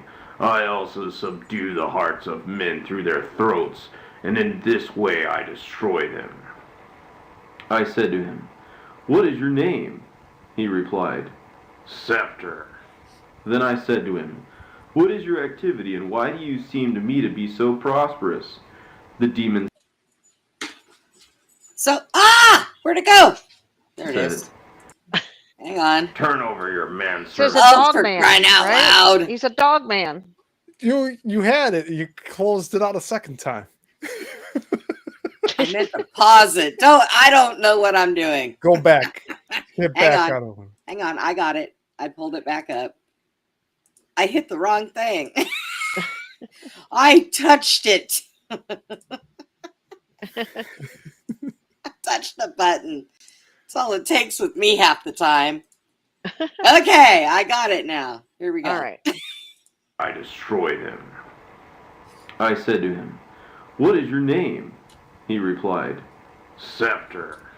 Then I said to him, Scepter. What is your activity, and why do you seem to me to be so prosperous? The demon said, Turn over your manservant to me, and I shall spirit him off to the place in the mountains, where I shall show him an emerald stone shaken loose from its foundation. With it you will adorn the temple of God. When I heard these things, I immediately ordered my household servant to accompany him, and to take the ring bearing God's seal with him. I told him, Go with him, and whoever shows you the emerald stone, seal him Got with the the emerald ring. tablets. Observe the place in detail You know, and I bring was gonna pause it and ask you if that's what he was talking about. The emerald stone. It could be because he's going to bring it to the temple, and I think they said Thoth or something was the writer of the emerald tablets or something. It could So be. it- It could be. Weren't that, they? yeah. Weren't they found where Atlantis is supposed to be? It am where I the mistaken? emerald stones were? Yeah. I'm not really sure, but Thoth is supposedly like many generational being popping Thoth up is at a different times. Egyptian, like part bird, part human, so he's part dog. I mean, we got the dog man, and wasn't Ibis or whatever in Egypt the dog, Anubis. Anubis. And Yes, and Anubis is the son of Zeus or Dios, who in Mount Olympus, or yeah. Huh. Well then, So moving on. we got the the dog ring man back talking. to me. Yeah. So when the demon went out and showed him the emerald stone, the household servant sealed him with the ring of God and brought the emerald stone back to me.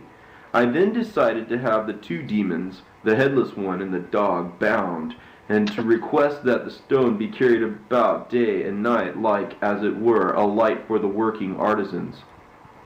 Next I extracted from that moving stone 200 shekels for the supports of the altar, for the stone was shaped like a leek. Then I, Solomon, when I had glorified the Lord God, locked up the treasure chest containing the stone, and commanded the demons to cut marble for the construction of the temple. Also I asked the dog in private, By which angel are you thwarted? He replied, By the great Briathos. I commanded another demon to come before me. He came roaring like a stately lion, and he took his place and questioned me by word. King Solomon, I have this particular form and am a spirit which can never be bound. I am one who sneaks in and watches over all who are lying ill with a disease, and I make it impossible for man to recover from his taint. I have another authority. I involve the legions of demons subject to me, for I am the places where they are when the sun is setting. The name for all demons which are under me is Legion. And then I asked him, "What is your name?" He replied, The lion-shaped demon, an Arab by descent. So I said to him, "How are you and your demons thwarted? That is, who is your angel?" The demon said, If I tell you his name, I place not only myself in chains, but also the legion of demons under me. So I said to him, "I adjure you by the name of the great God Most High, by what name are you and your demons thwarted?" The demon said, By the name of the one who at one time submitted to suffer many things at the hands of men, whose name is Emmanuel, but now he has bound us, and who will come to torture us by driving us into the water at the cliff. As he moves about, he is conjured up by means of 3 letters. So I sentenced his legion to carry wood from the grove of trees. Then I sentenced the lion-shaped one to saw it up as kindling with his claws, and to throw it under the perpetually burning kiln. Now when I had worshipped the God of Israel, I ordered another demon to come forward. This time a 3-headed dragon with an awful skin appeared before me. I asked him, "Who are you?" He said, I am a 3-pronged spirit, "One who overpowers by means of 3 deeds. In the wombs of women I blind children. I also turn their ears around backwards and make them dumb and deaf. Finally, I strike men against the body, and I make them fall down, foam at the mouth, and grind their teeth.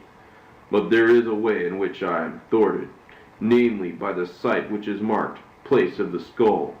For there an angel of the wonderful counselor foresaw that I should suffer, and he will dwell publicly on the cross. He is the one who will thwart me, being the one among angels by whom I am subject.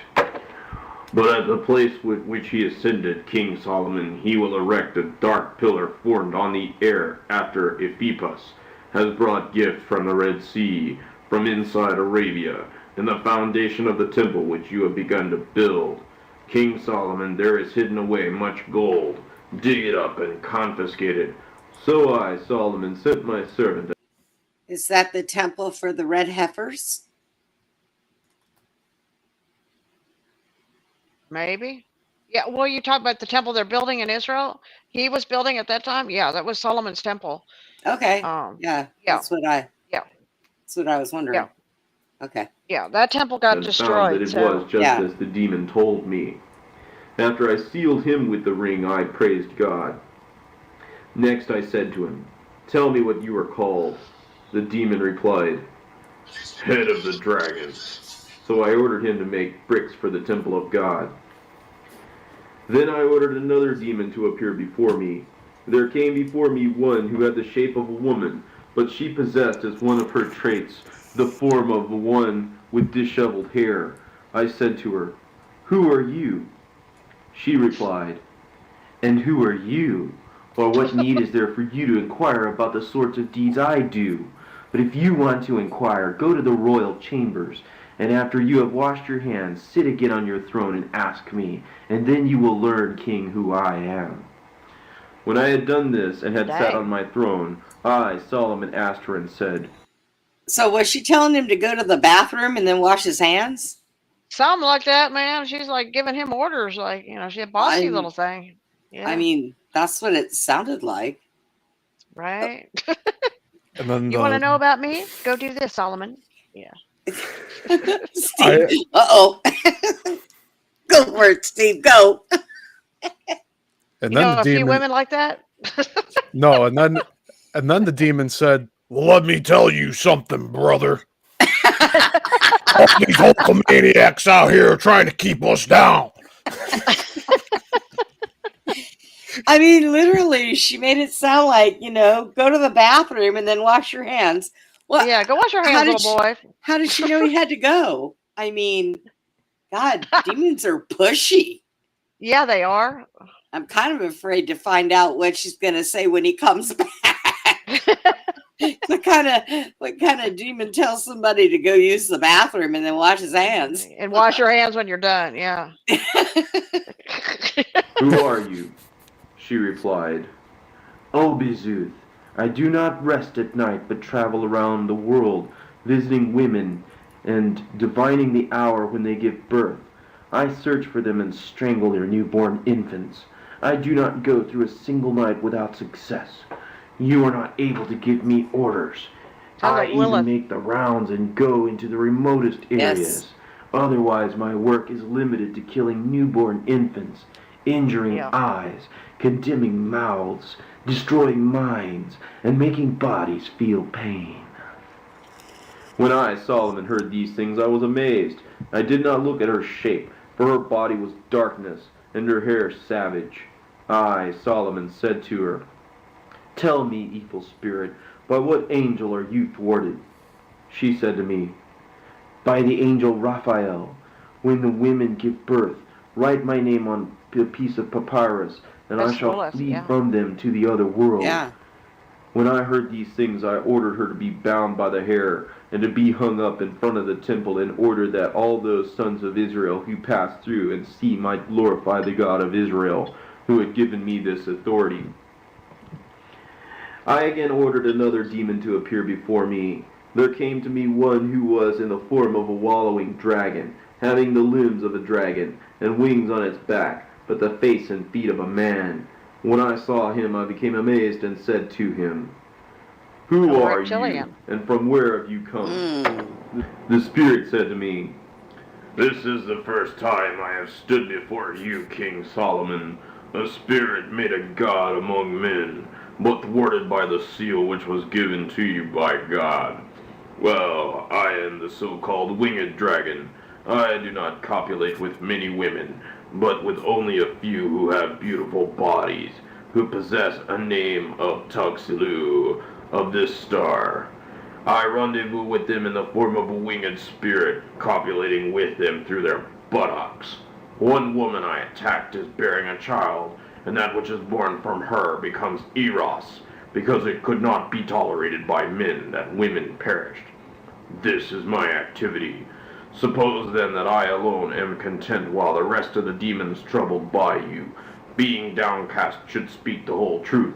They will cause the stack of wood about to be gathered by you for construction in the temple to be consumed by fire.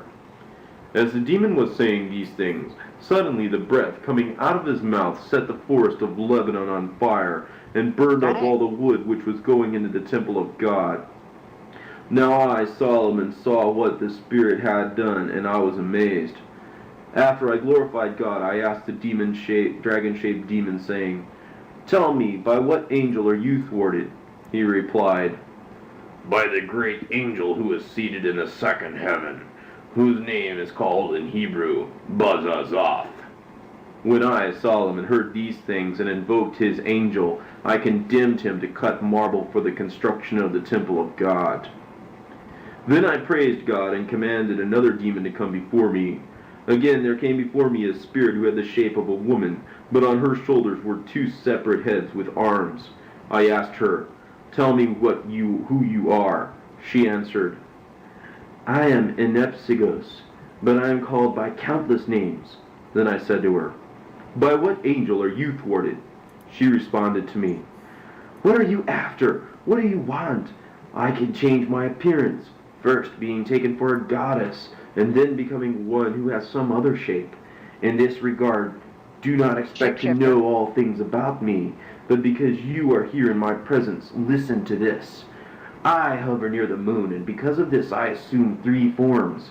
At times I am conjured up as Kronos by the wise men. At other times I descend around those who bring me down and appear in another form. The capacity of the heavenly body is invincible, incalculable, and impossible to thwart. At any rate, changing into three different forms, I also descend and become like what you see. I am thwarted by the angel Rathanael, who takes his seat in the third heaven. On account of this, therefore, I say to you, this temple cannot contain me. Accordingly, when I, Solomon, had prayed to my God and invoked the angel Raphanael, about whom he spoke, I made use of the seal and sealed her down with a triple link chain, and as I bound her down, I made use of the seal of God. Then the evil spirit prophesied to me, saying, "You are doing these things to us now, King Solomon, but after a period of time your kingdom shall be divided, and still a later time this temple shall be destroyed, and all Jerusalem shall be demolished by the kings of the Persians and Medes and Chaldeans. Also the implements of this temple which you are making shall serve other gods. Along with these events also all the vessels in which you have entrapped us shall be broken in pieces by the hands of men. Then we shall come forth with much power, and we shall be scattered here and there throughout the world. We will lead astray all the inhabited world for a long time, until the Son of God is stretched upon the cross. For there has not yet arisen a king like him, one who thwarts all of us, whose mother shall not have sexual intercourse with a man, who holds such authority over the spirits except that one, the one whom the first devil shall seek to tempt, but shall not be able to overcome, the letters of whose names add up to 644. He is Emmanuel. Because of this, King Solomon, your time is evil, your years are short, and your kingdom shall be given to your servant." When I, Solomon, heard these things, I glorified God. Though I was amazed at the defense of the demons, I distrusted them and did not believe the things which were said by them until they occurred. But when they happened, then I understood, and at my death I wrote this testament to the sons of Israel, and I gave it to them, that they might know the powers of the demons and their forms, as well as the names of the angels by which they are thwarted. When I had glorified the God of Israel, I commanded the spirit to be bound up with unbreakable bonds. When I had praised God, I commanded another spirit to appear before me. There came before me another demon, who had the form of a horse in front and a fish in the back.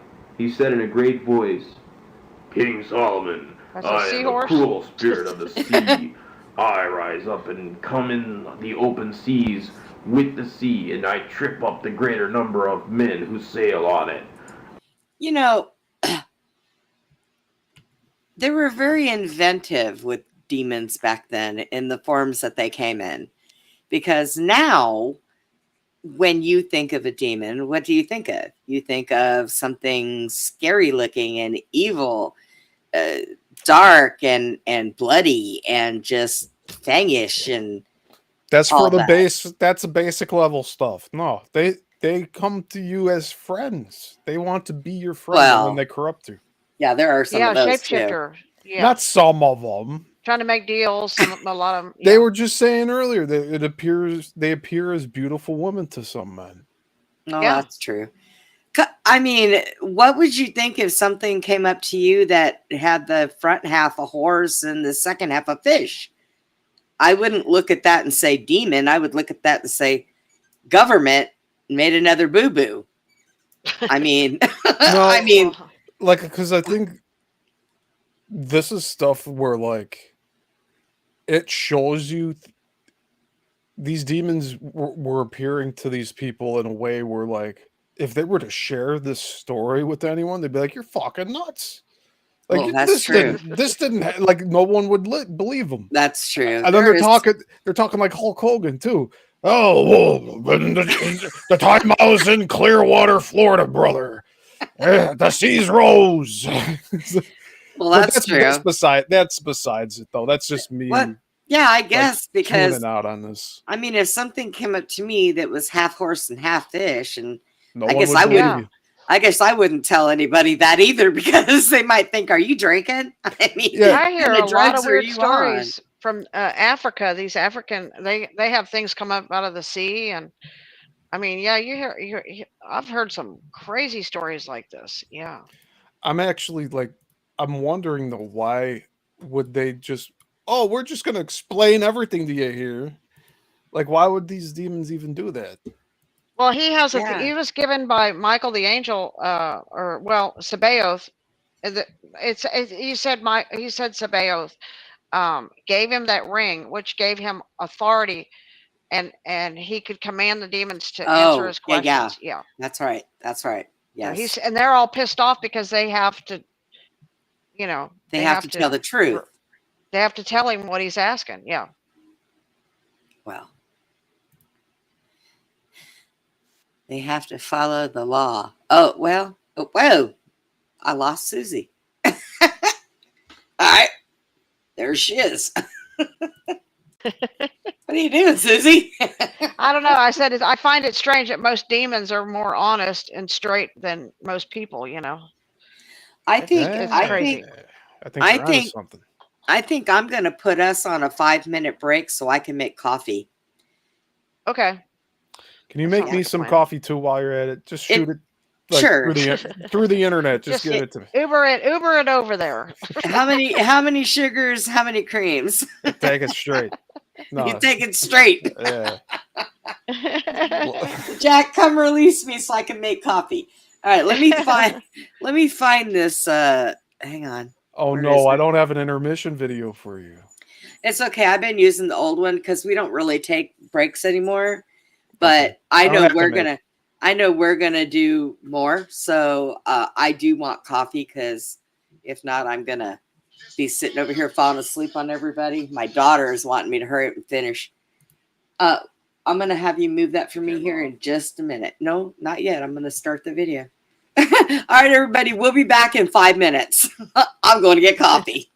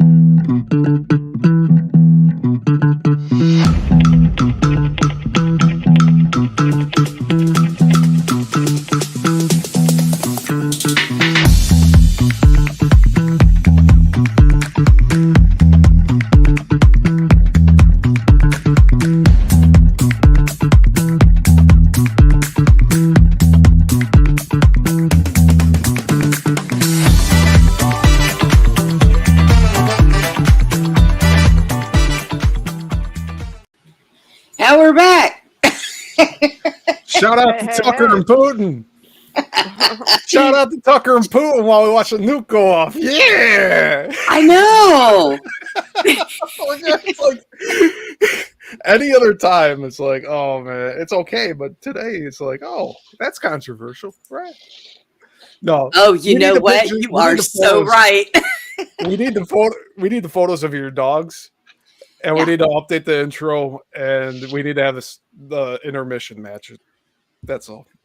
There you go. That's true. Yeah, but you know what? You are so busy sometimes that, you know. I'm all I over. know the- that- like I literally don't have time for certain things anymore, and it sucks. So I have to like I know. actually make the time to do this stuff. So as I say, you're usually all over the place. So Well, I'm not I don't- going out to the stores until like the trip now, so I'll be sitting my butt at home here at night. oh, you gonna go to some while you're out here? Oh, absolutely. You might find you something interesting out here. You never know. Yeah, we Right. won't be around like as many people because I mean, Cook County here. There's so many people looking for diecast and Oh, the Pokemon people are they sleep overnight at Target. really? Yes, with their little blankies and stuff. You sleep overnight with little blankies out there at Target, huh?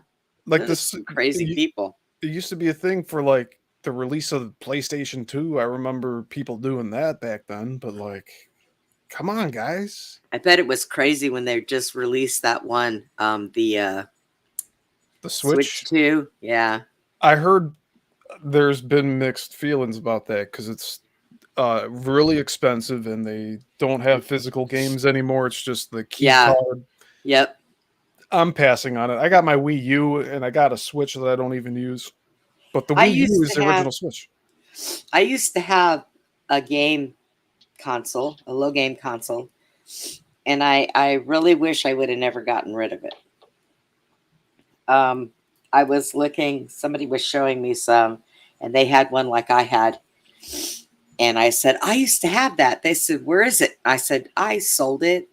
And they said, do you know how much that thing's worth now? I'm like, no, I don't. It was given to me by somebody who had some. I don't know if they stole them from someplace or what, but they had extra ones, so they gave it to me. I bought a Mario Brothers and the little itty bitty things, that go in them, and I got rid of it with the little games I had for it. Oh, wow.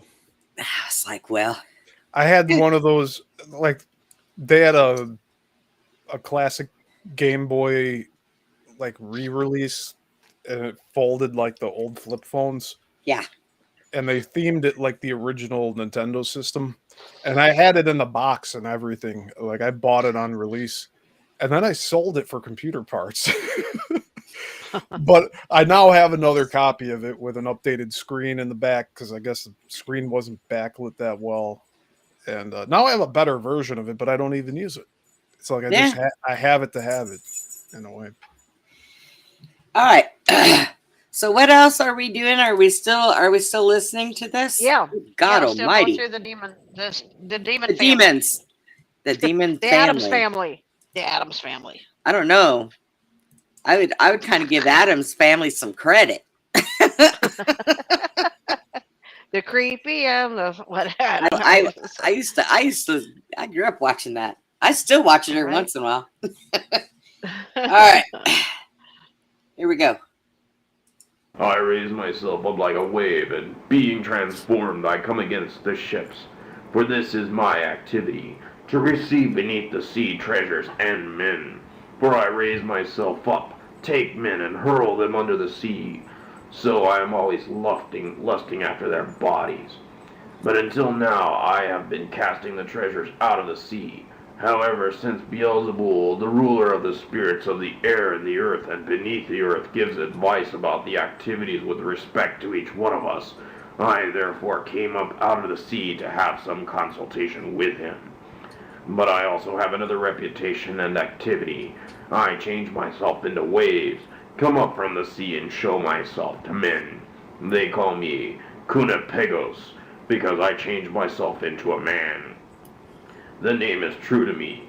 Moreover, I cause a type of seasickness when I pass into men. So when I came in for a consultation with the ruler, Beelzebul, he bound me up and delivered me into your hands.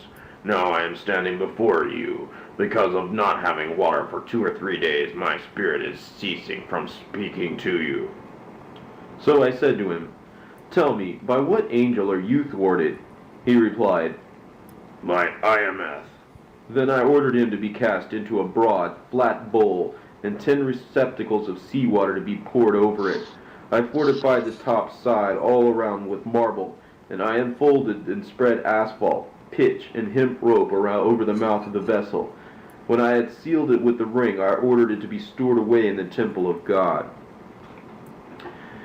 I ordered another spirit to appear before me. There came a spirit having the shadowy form of a man and gleaming eyes. I asked him, saying, "Who are you?" He replied, "I am a lecherous spirit of a giant man who died in a massacre in the age of giants." So I said to him, "Tell me what you accomplish on earth, and where you make your dwelling." He replied, "My home is in inaccessible places. My activity is this. I seat myself near dead men in the tombs, and at midnight I assume the form of the dead man. If I seize anyone, I immediately kill him with the sword. If I should not be able to kill him, I cause him to be possessed by a demon, and to gnaw his own flesh to pieces, and the saliva of his jowls to flow down."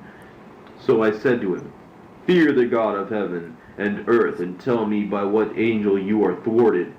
He replied, "He who is about to return as Savior thwarts me. If his mark is written on one's forehead, it thwarts me, because I am afraid of it. I quickly turn and flee from him. This is the sign of the cross." When I heard these things, I, Solomon, locked up the demons just like the other demons. Then I commanded another demon to appear before me. There came to me 36 heavenly bodies, their heads like formless dogs. But there were among them those who were in the form of humans, or of bulls, or of dragons, with faces like the birds, or the beasts, or the sphinx. When I, Solomon, saw these beings, I asked them, saying, "Well, who are you?" All at once, with one voice, they said, We are 36 heavenly bodies, the world rulers of the darkness of this age. But you, king, are not able to harm us or to lock us up. But since God gave you authority over all the spirits of the air, the earth, and the regions beneath the earth, we have also taken our place before you like the other spirits. Then I, And that, ladies and gentlemen, is Congress. Yep, Right? Congress. Yep, Good I'm point. convinced. I'm Yeah, convinced. the 36, yeah. Congress. Yeah. Wow. God, this government stuff. Solomon, summoned the first spirit and said to him, "Who are you?" He replied, "I am the first decan of the zodiac, and I am called Ruax. I cause heads of men to suffer pain, and I cause their temples to throb. Should I hear only Michael, imprison Ruax, I retreat immediately." The second said, "I am called Barsafel, because I cause men to reside in my time period to have pains on the sides of their heads. Should I hear Gabriel, imprison Barsaphael, I retreat immediately." The third said, "I am called Artosael. I do much damage to the eyes. Should I hear Uriel, imprison Artosael, I retreat immediately." The fourth said, I am called Oropel. I attack throats, resulting in sore throats and mucus. Should I hear Raphael, imprison Oropel, I retreat immediately. The fifth said, "I am called Kairozanadalan. I cause the ears to have obstructions. If I should hear Uriel, imprison Cairo-Occidentalon, I retreat immediately." The sixth said, I am called Spindoniel. I produce tumors of the parotid gland and tetanic recurvation. If I hear Sabael in prison Spindonalam, I repeat immediately. The seventh said, I am called Spendor.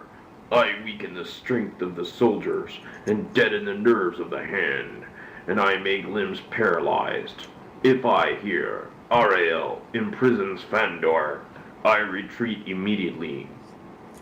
The eighth said, I am called Bell Bell. I pervert the hearts of the minds of men. If I hear Karael imprison Bell Bell, I retreat immediately.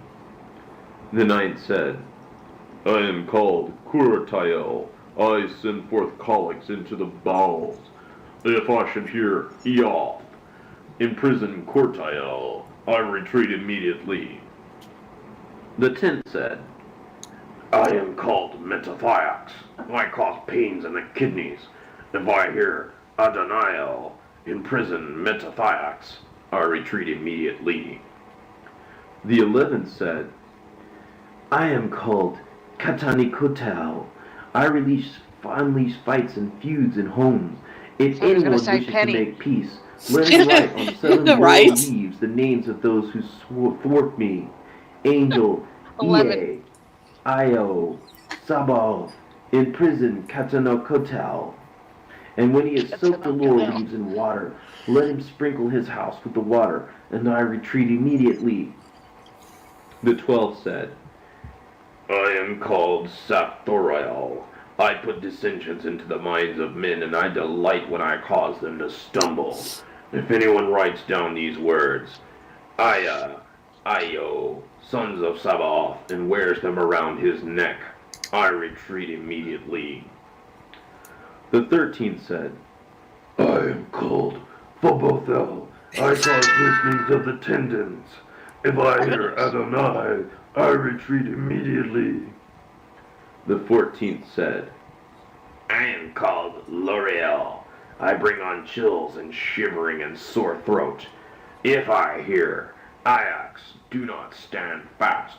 Do not be fervent, because Solomon is fairer than 11 fathers. I retreat immediately. The 15th said, I am called Subelti. I unleash shivering and numbness. If I only hear Rizoel imprison Subelti, I retreat immediately. The 16th said, I am called Catrox. I inflict incurable fevers on men. If anyone wants to regain health, let him pulverize coriander and rub it on his lips, saying, I adjure you by Zeus, retreat from the image of God, and I retreat immediately.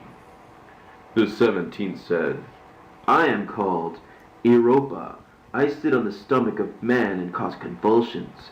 In the bath and on the street I find a man and make him fall to the ground. Whoever says into the right ear of the afflicted for the third time, Iuda Zizabao, you see, makes me retreat. The 18th said, I am called Modebel. I separate wife from husband.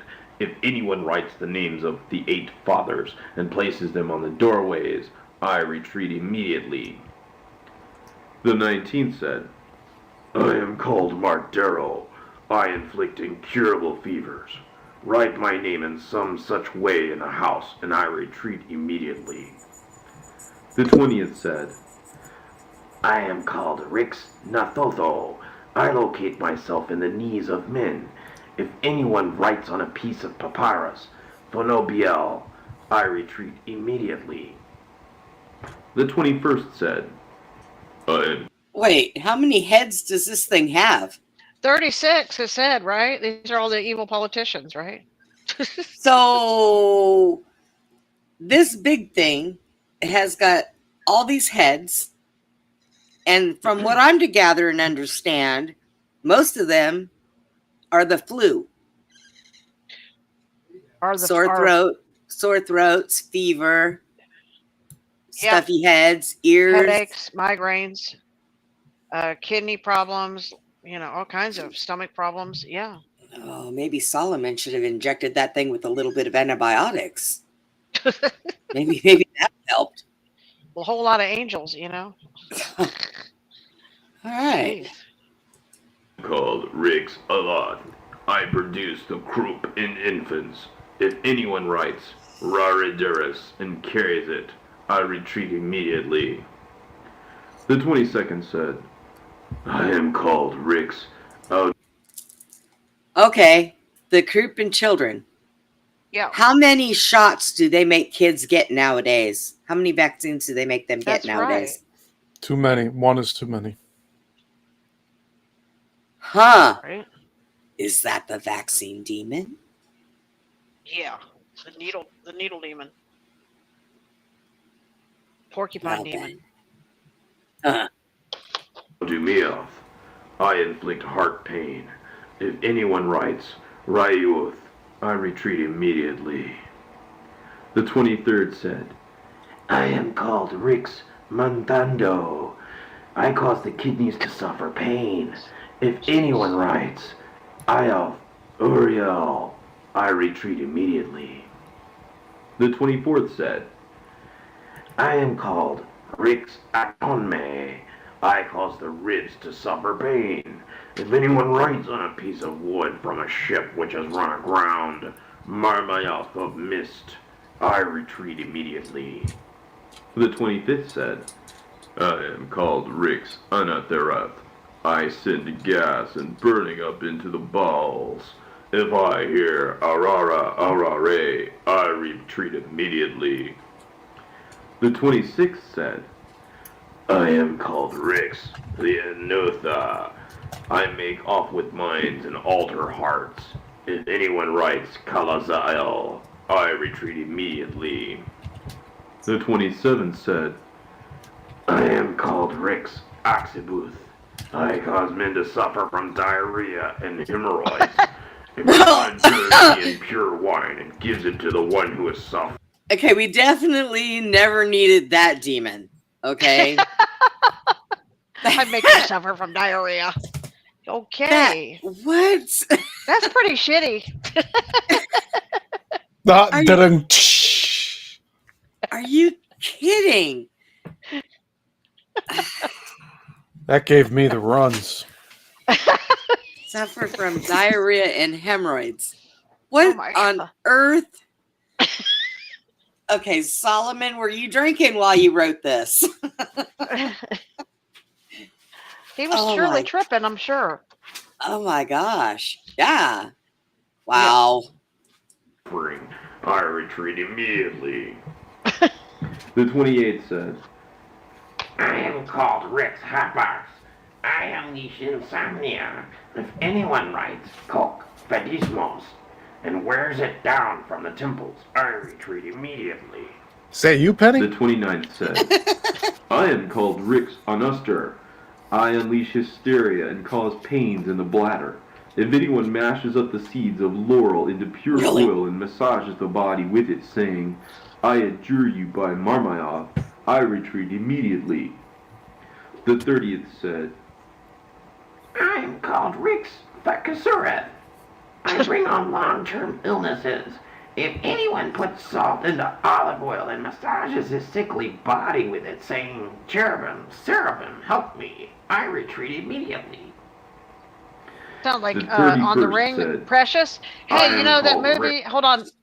But You remember the movie Lord of the Rings. the Ring, the Lord Yeah. of the Rings, and this is a ring, right?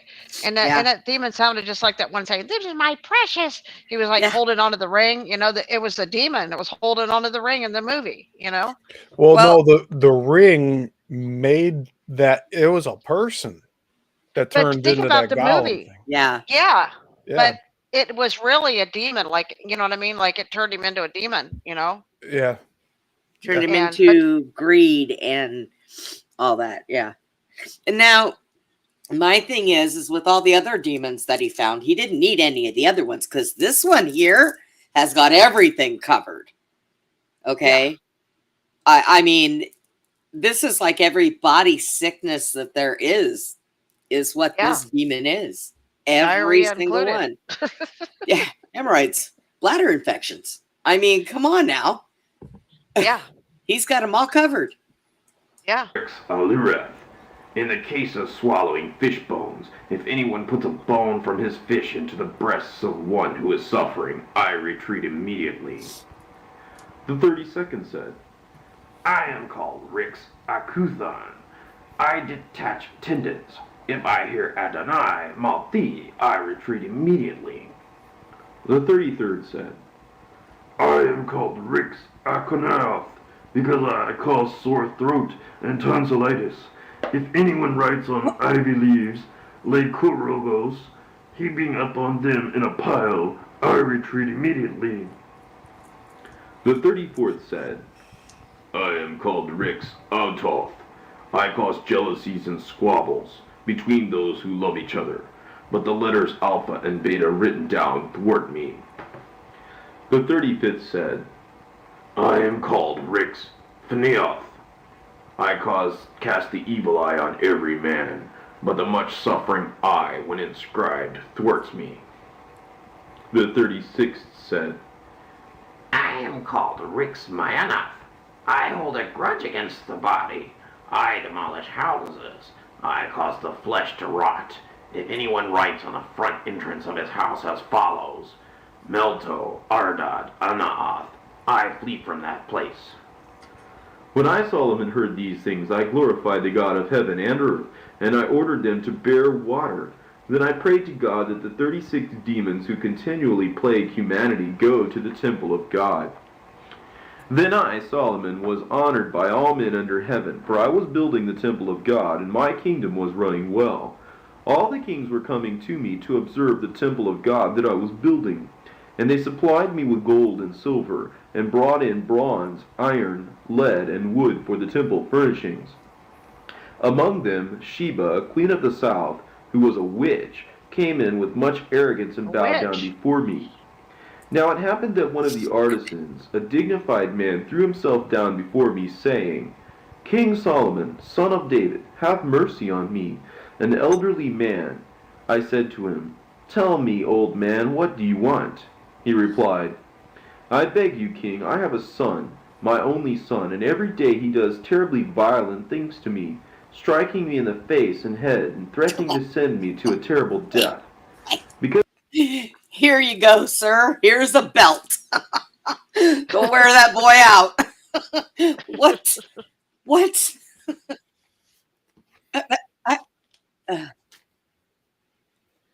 I'm speechless. he did this, I came forward to request a favor, that you will avenge me. When I heard these things, I commanded his son to be brought before me. When he came, I said to him, Do you admit to this? He replied, I did not become so filled with rage, king, that I struck my father with my hand. Be kind to me, O king, for it is not right to pay attention to such a story, and to his distress. Therefore, when I, Solomon, heard the young man, I summoned the elderly man to come and reconsider. But he did not want to come, and said, Let him be put to death. Then, noticing that the demon Ornias was laughing, I became very angry that he would laugh in my presence. Dismissing the young man, I ordered Ornias to come out, and I said to him, Cursed one, did you laugh at me? He replied, I beg you, king, I did not laugh because of you, but because of the wretched old man and the miserable young man, his son, because after 3 days he will die. See, the old man has the intent of doing away with him in an evil manner. I said, Does he really have such an intent? The demon said, Yes, king. Then I commanded the demon to go away, and the old man and his son to come back, and I ordered them to become friends. Then I said to the elderly man, In 3 days bring your son back to me. When they had prostrated themselves before me, they departed. Then I ordered Ornias to be brought to me again, and I said to him, Tell me, how do you know that the young man will die in 3 days? He responded, We demons go up to the firmament of heaven, fly around among the stars, and hear the decisions which issue from. And there it is. They went to the firmament. Yep. To the firmament. Yeah. Interesting. So We demons, we fly up to the firmament. Yep. That's if why. every everything is see falling symmetrical, right? stars, that's them coming down. Let's It- let's say this is correct, and there's a firmament. Would it be a bowl underneath? Like we have the Earth as is, but like, would yes, there be like an opposite firmament yes, below? yes, I do believe so. Okay. So yes, that would make the Earth seem round. Technically, yes. Like, you know what I mean? 'Cause I know where you're going with that. I know where we're you're going talking with about that. it. It's enclosed, and that Yes, this because is it the central separates the point of waters everything. from above from the waters below. So of course it would have to enclose it completely. And I'm So, still talking about like we have a plane, but like and it's bigger. if we're talking about Yes. hell, is more of a bowl shaped on the bottom. I honestly, you know what my opinion is about hell? I think we're in it. I think we are. I think that is what this is. That's what my grandfather Well, says. shoot, you hear all these demons talking. You definitely think that's got to be right. And By the and way, yeah, we need to talk about a few things after the show is yeah. over, but I'll probably share it later And on here and with like also, some of our gifts that we have here that we're able to like see through the veil sometimes. yes. It's like, And I don't know. also there's another thing too. Susie and I were sitting there and we were thinking about this rapture. Okay. Um, God puts in the Bible that we will inherit the earth. So, what Susie and I were talking about was we don't think the rapture is for the people of God. We think that the No. rapture is to get rid of all of the bad. Yeah. And it Because may it says be, there, and the scriptures now in the Bible are changed to the point where now it says, it used to say there would be two women grinding, or, it sounds weird, grinding, like two women grinding. I mean, I don't, I mean, that did sound kind of weird, right? Sounds But they're going kind to of be grinding in the field by a well, and one will be taken, one left behind. But that scripture is different now. Now it says, there shall be two men in the same bed.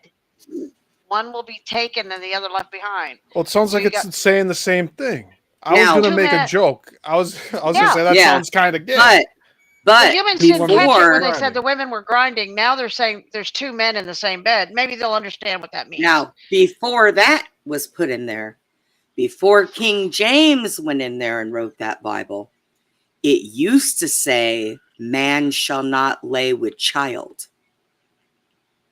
And King James was homosexual Yeah. and he was a pedophile. And women were grinding and men were sleeping on the same bed together.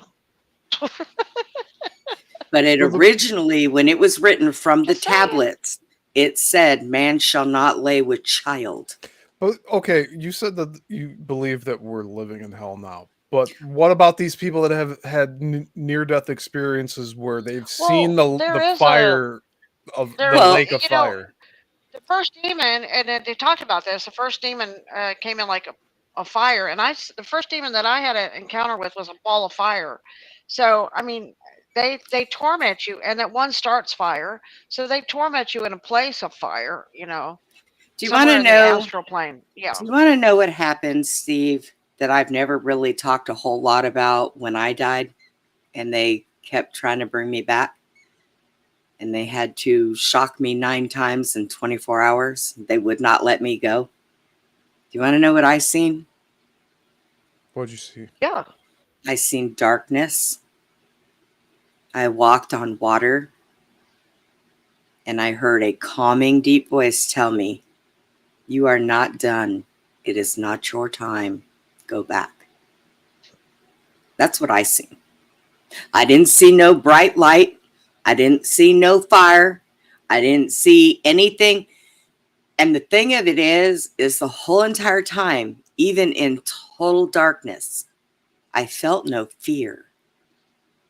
It was calming. It was comfortable.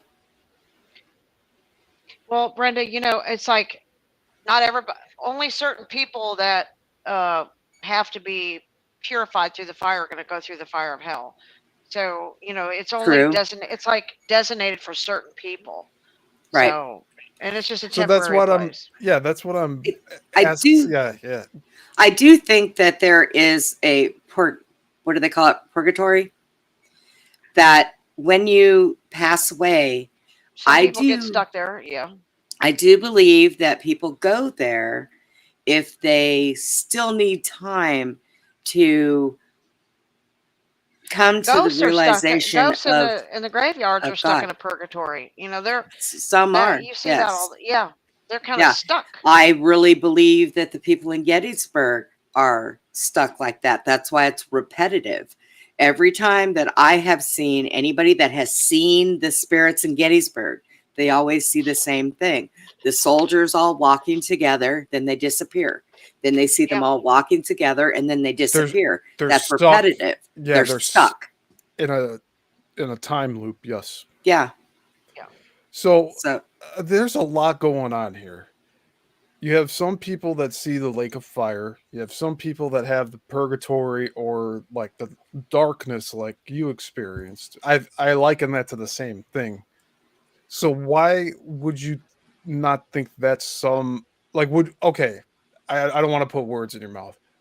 Would you consider that a lower realm than here, or is it just a different dimension? honestly, um, Like I I don't would like. say it was a different dimension. Okay. Now, from stuff that I've been looking into, let's go on the theory of reincarnation. Okay. Let me bring that up. So, some of the stuff that I've been looking into, I've been finding out that reincarnation comes with that light. Yeah. That if you go to the light, you're giving permission to be reborn again. So here's where it gets really foggy here. That's the line of thinking of this being a soul trap. And there's other people that I follow here on YouTube that don't like that idea because it really that's hell in itself. Continually being tricked into coming back here. Now, what did I say? They That's love what I this love you is. to the moon This and is hell. back. This is hell. You know. That's what I said. Think about that for a minute. It's a soul trap. That's hell itself. Where are we? See, these demons are describing themselves as stars, as constellations, as these lights in the sky. So you go to the light. You know. Now, Yeah. But look, you okay? if So we looked at the stars in the pictures that I took on Susie's ranch. right, What would you say those are? If like we were saying, like, oh look, they're I think trapped. that They're those are some of the trapped fallen angels. I think okay. that those, and when you have a falling star, okay, you ever see those? I Oh, think that their little a bubble bunch of breaks them. because they're trying too hard to get out. So guess what? Yeah. They they're Yeah. They done. come and they. Uh huh. It So says one of the scriptures I read. It says they think that we're this, but actually, what we're doing, the demons are saying, we try to ascend high, and we can't. We fall, and that's what you see when they see a falling star. We're falling. You see us falling. now, Rebecca, what the Bible says about reincarnation, it all depends on which one you read. Because anything written from King James forward was all rewritten by him and man to cover up what they don't want us to Well, know. all the disciples believed in reincarnation because they were always asking, Yes. who was, wasn't this prophet supposed to come back when Jesus comes and all that. So they all Yes. believed in it. And then Jesus And that's explained, basically what happened when they said that Jesus died on the cross. He was reincarnated in 3 days.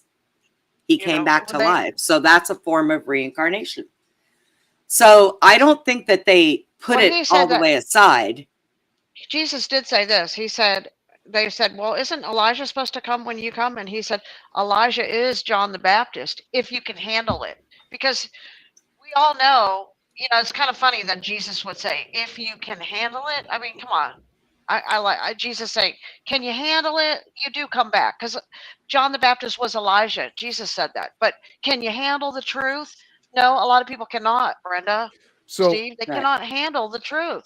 yeah, here's another like, is this something to do with our spirits and souls needing to be confident in our own being, that like we, instead of like following the light or following this and that, like we're just like, all right, like we're out of the body now, let's get back to Right. business. So If we do that, do There's we probably a lot of see other different things? reasons, Steve. so Like, and there's probably like good reasons and bad reasons why people have to come back. and No. see, a lot of times now, what did they say? If you didn't do it right the first time, then you're going to come back and have to do it again. Okay. So, I want to counter that once you're okay. done. But it's like we have souls. Our souls are what live. These things right here, these are just having a Envelopes. human experience. We're envelopes. It's an We're, envelope. yeah, it's nothing. Okay. So our souls will always live. Okay, because we are light. That's what we are. We are a light We're a force. letter But in an envelope.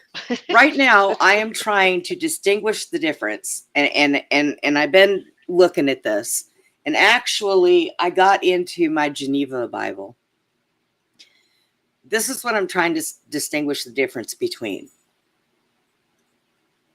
We all know that back in the Egyptian days, all the hieroglyphics that they had sunbeams, had spaceships. All of the gods were different animal shapes. Yes. And had So, technology of flying ships. Yeah. right.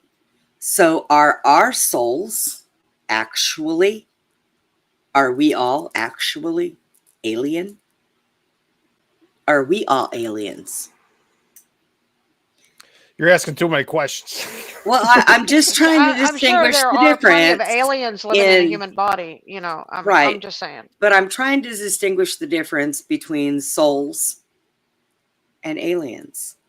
Okay. Well, Because I'm sure you have like, like this we're talking like the demons, the angels, the gods, and the humans. So, right. and then there were giants too. So you have different, I think, but any of those can live inside of a human body Whoa.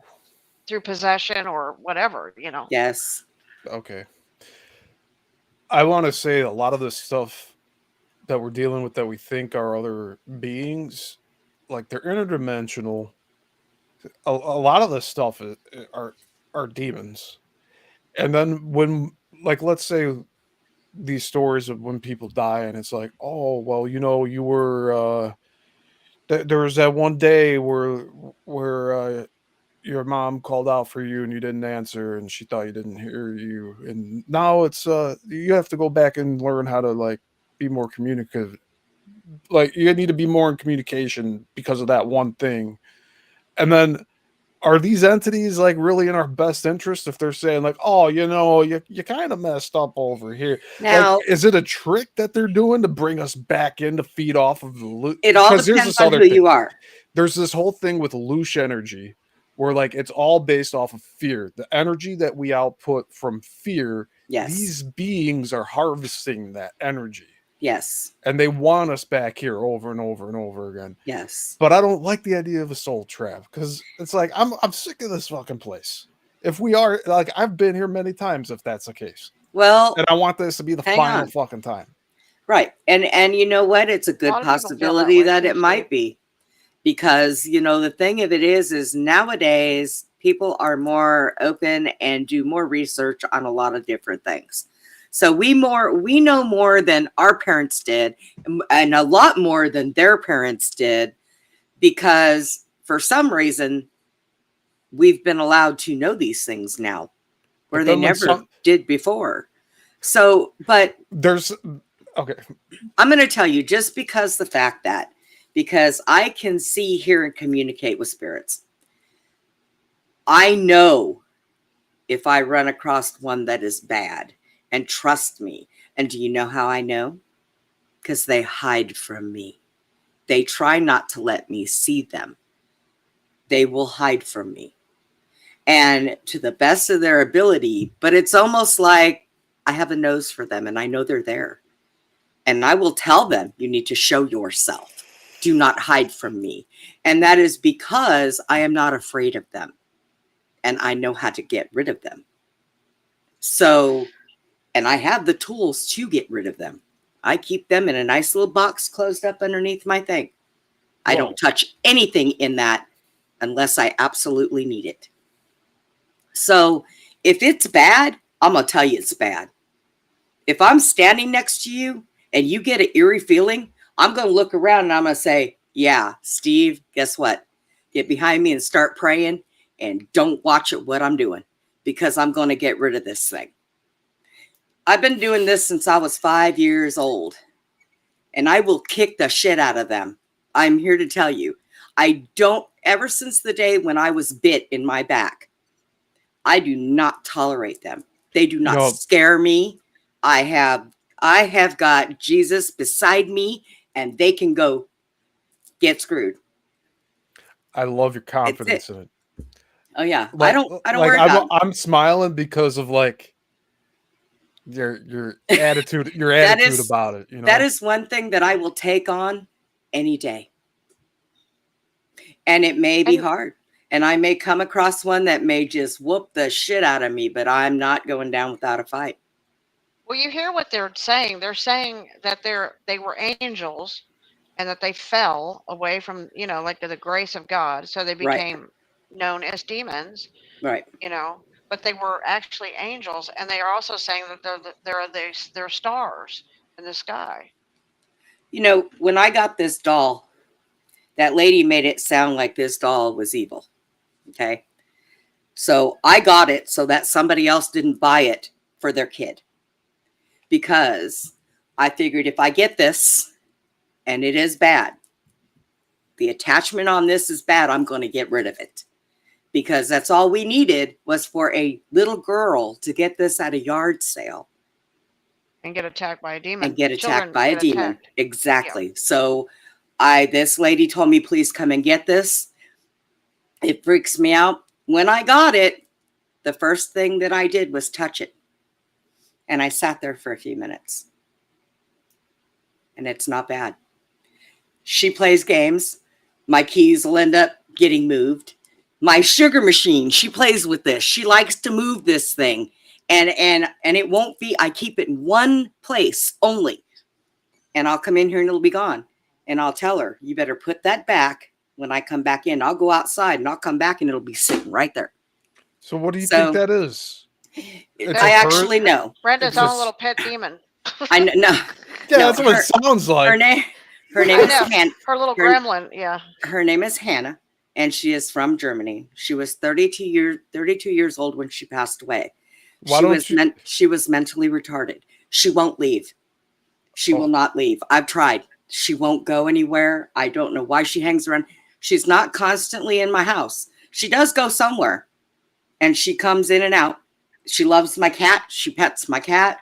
The dogs are finally used to her. They don't bark at her anymore. But they're not attached to that thing, or are they attached to that thing? What? The doll. The doll? She's attached to the doll, yes.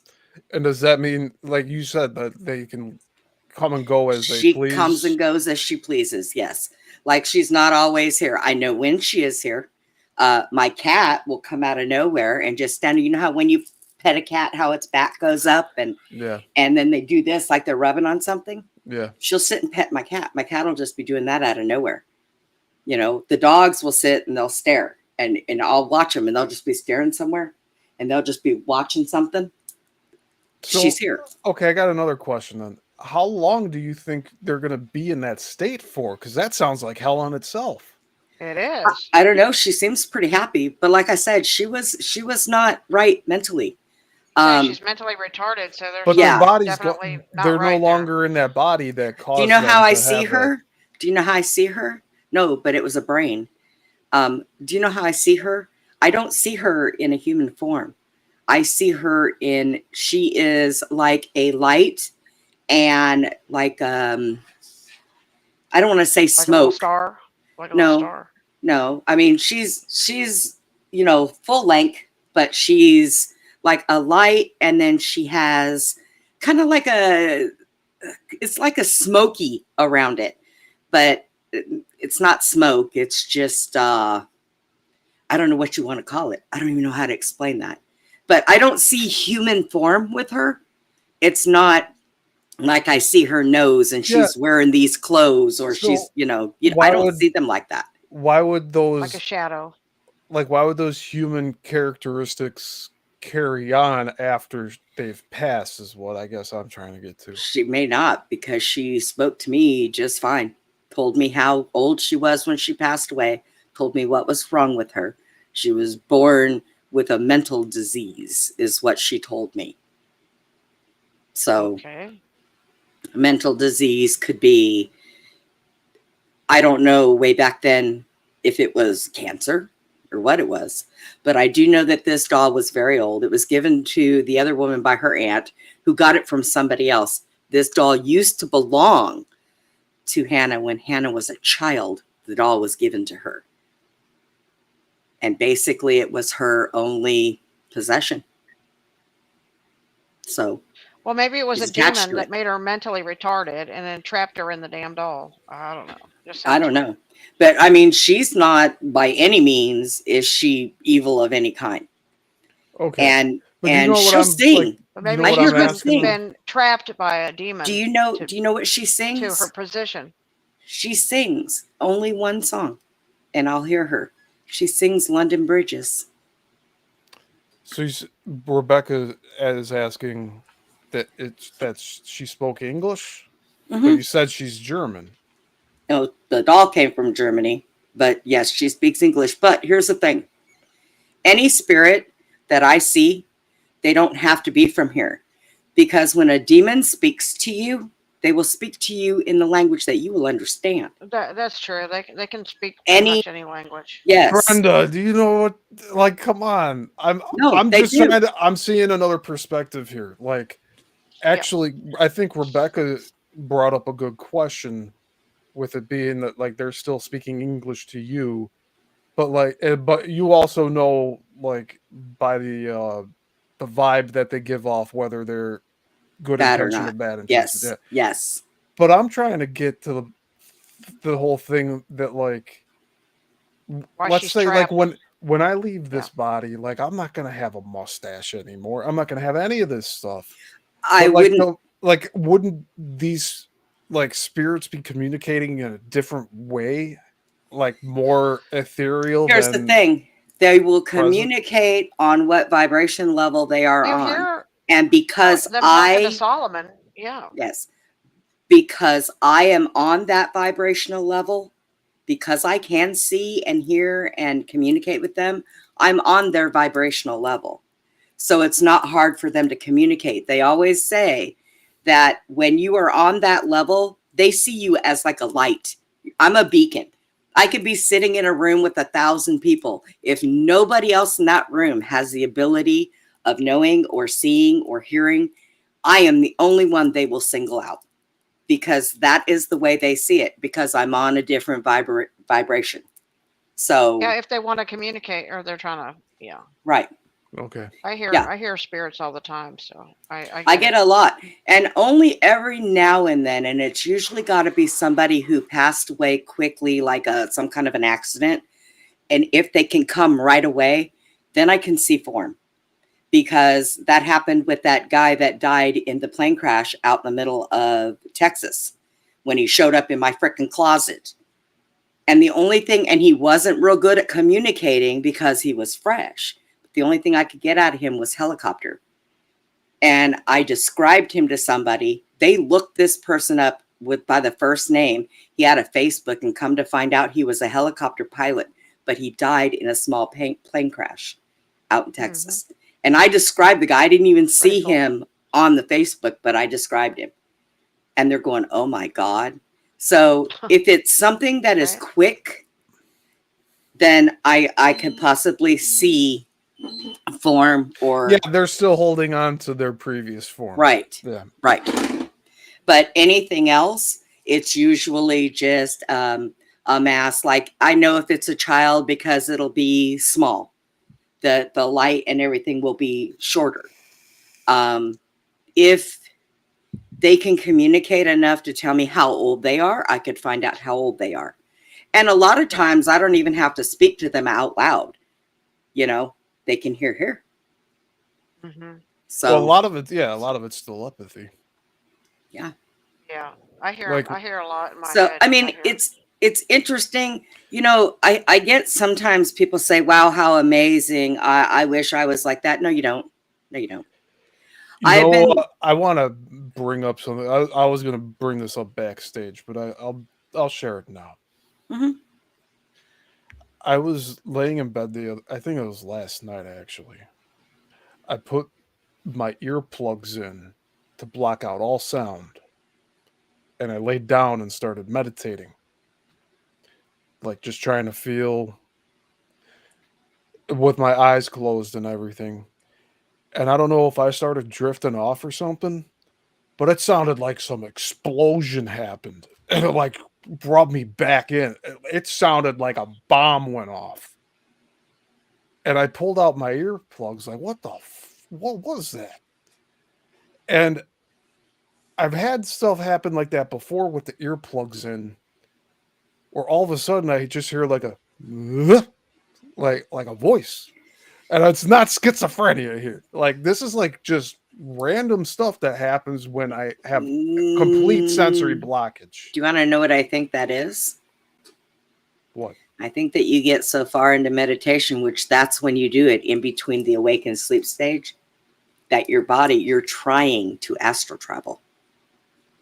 So what was the big bang that I heard last night? I've heard the Big Bang, and what I was told by the Holy Spirit is that the Big Bang explosion is when it's a reset, timeline reset. Whoa.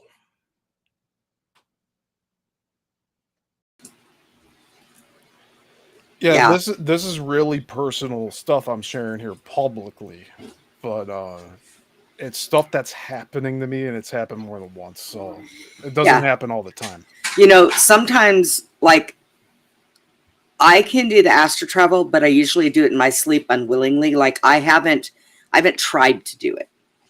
Okay. But I do it, and I know I do it. I stop breathing when I do it. But there's times when I'll get slammed back into my body, and that's what it sounds like. Bam! A big bam. And then I'm like, that makes sense.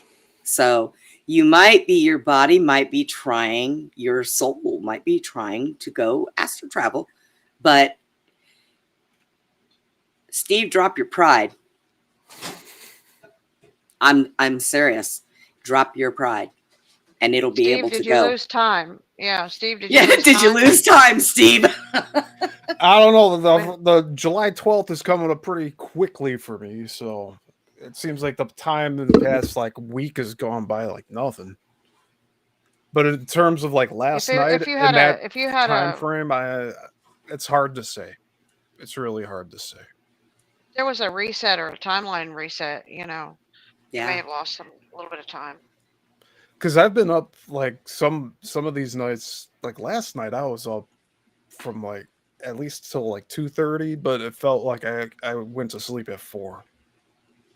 But that thing woke me up, and like I couldn't, like I had to take my earplugs out and be up for another like hour or so before I got comfortable to lay down again. Do you remember when you kept having that same dream where you were in that town and you were? I'm still going to similar places. Okay, yeah. when you wake up from that, do you feel tired? Like exhausted? Like you didn't get any sleep? Sometimes. It's like 50-50. Yeah. I was in a train station. No. That was one more recent one. That sounds like a time travel. With like like train station. Oh my god. The top of the ceiling was all like glass panes. Big like brick building. Spacious. I'm just walking around.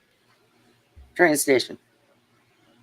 Because I know, like, the night that Susie had that one dream, and then I ended up finishing it for her, not knowing what her dream was that she had about it to begin with. And when we talked about You our had part dreams, two, because I had yeah, part one, I you had part finished two, her and then I had dream. part three. Then I had But part after three. that, Yeah. that night that happened, when I had that dream, when first of all, I slammed into my body, which I hate when I do that because it makes my back sore. I slammed into my body, and then when I woke up, I was laying here You got to learn for to like, transition a little smoother there, Brenda. I'm telling you, man, I just do it full force. Slow But down, when girl. Slow down. when I woke up, I laid there for like a few hours, but I felt like I didn't even go to sleep at all, at all. And according to the clock, I had been asleep for probably about 5 hours. But I felt like I didn't sleep at all. So it's but that might be what that was. Steve, did think you have a Rebecca, classmate that talked to you about weird stuff that sounded unbelievable? Rebecca asked. that's really tough. Like, what do you like? Classmate from what part of schooling? Because I've had different sets of friends. Well, just any probably is probably what she's asking. The one that introduced me to the Matrix. Dun Some dun weird dun. stuff. I stopped talking with them 7 years ago because they made fun of my living situation, and they just emailed me last week saying that they were wrong and to call them, and I haven't. Oh, That's there you happened. go. So, like the guy that introduced me to the whole concept of the Matrix Grade school, Plasma. middle contacted school. me. Yes. That was grade school, and I hung out with them in high school. I just So, looked up and seen that. Rebecca said plasma, and yes, that's what it looks like. It's a light with like plasma. That's what I see when I see yeah, that's spirits. a Sorry. good explanation of that Yeah. plasma. Yeah. That's Hey, tough to say. Brenda, Yeah. let's play some more. That we're almost at the end of that demon talk, and let's And get then to the last demon. we'll play. Oh, I think we went through the last demon. Huh? Then we went through all 36 demons. No, that was a different. I mean, there's a little bit more on that. Oh, okay. All right. Hang on. Wait, why is Rebecca? Tell me why you're asking that. I'm just wondering. Because I mean, I'd have to think about it a little more because it's been a while now. Maybe you brought it up or something at one point where she was asking about it. I don't know. I mean, I used to have kids in grade school that used to tell me things, and I never told them. I didn't believe them because, well, I was a weird kid. Well, like, because I was one of the rebels in my Catholic school, but there was one girl that I wasn't friends with that like everybody was kind of like stay away from her, if that's what you mean. Like, Did you go to Catholic school in California? 'Cause that might have been me. She said she saw a guest on Carrie Cassidy just today who sounds like you. No, That's what she was asking. Oh. Yeah, send You the have link. a doppelganger out there, Steve. Link it here. Oh, that's Got weird. a doppelganger. We don't need doppelgangers. Oh my goodness. We all got them, but we don't need them. Okay, ready? Yep. God concerning the lives of men. The rest of the time we come and being transformed cause destruction, whether by domination or by fire or by sword or by chance. I asked him, tell me then, how do you, being demon, are able to ascend into heaven? He replied, whatever things are accomplished in heaven are accomplished in the same way also on earth. For the principalities and authorities and the powers fly around and are considered worthy of entering heaven. But we who are demons are exhausted from not having a way station from which to ascend or on which to rest. So we fall down like leaves from the trees, and the men who are watching think that stars are falling from heaven. Falling That stars? is not true, King. Rather, we fall because of our weakness. And since there is nothing on which to hold, we are dropped like flashes of lightning to the earth.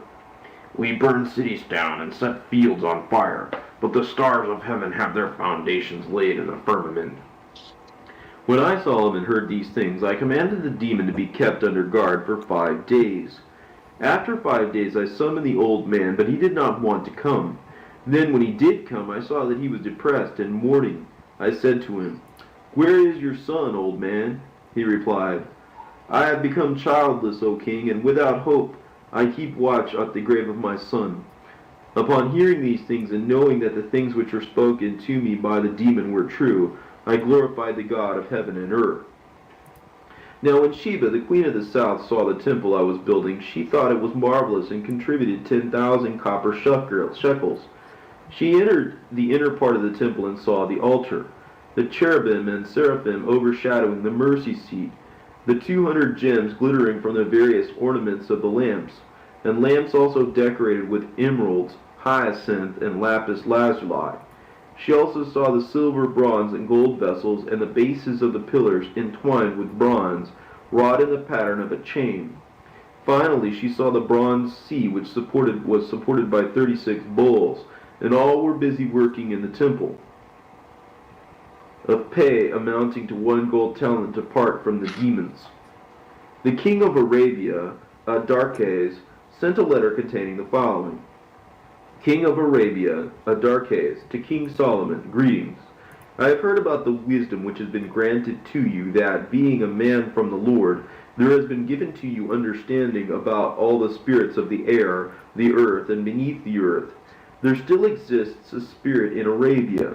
Early in the morning a fresh gust of wind blows until the 3rd hour. It is a terrible blast that kills man and beast, and no counterblast is able ever to withstand the demon.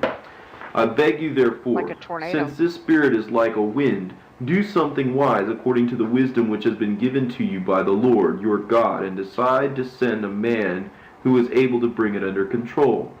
Then we shall belong to you, King Solomon. I and all my people and all my land and all Arabia will be at peace if you carry out this act of vengeance for us. Consequently, we implore you, do not ignore our prayer and do not become our Lord for all time. Farewell, my Lord, as ever. After I, Solomon, read this letter, I folded it, gave it to my servant, and said to him, After 7 days remind me of this letter. So Jerusalem was being built, and the temple was moving toward completion. Now there was a gigantic cornerstone which I wished to place at the head of the corner to complete the temple of God. All the artisans and all the demons who were helping came to the same location to bring the stone and mount it at the end of the temple, but they were not strong enough to budge it. When 7 days had passed, I remembered the letter of the king of Arabia.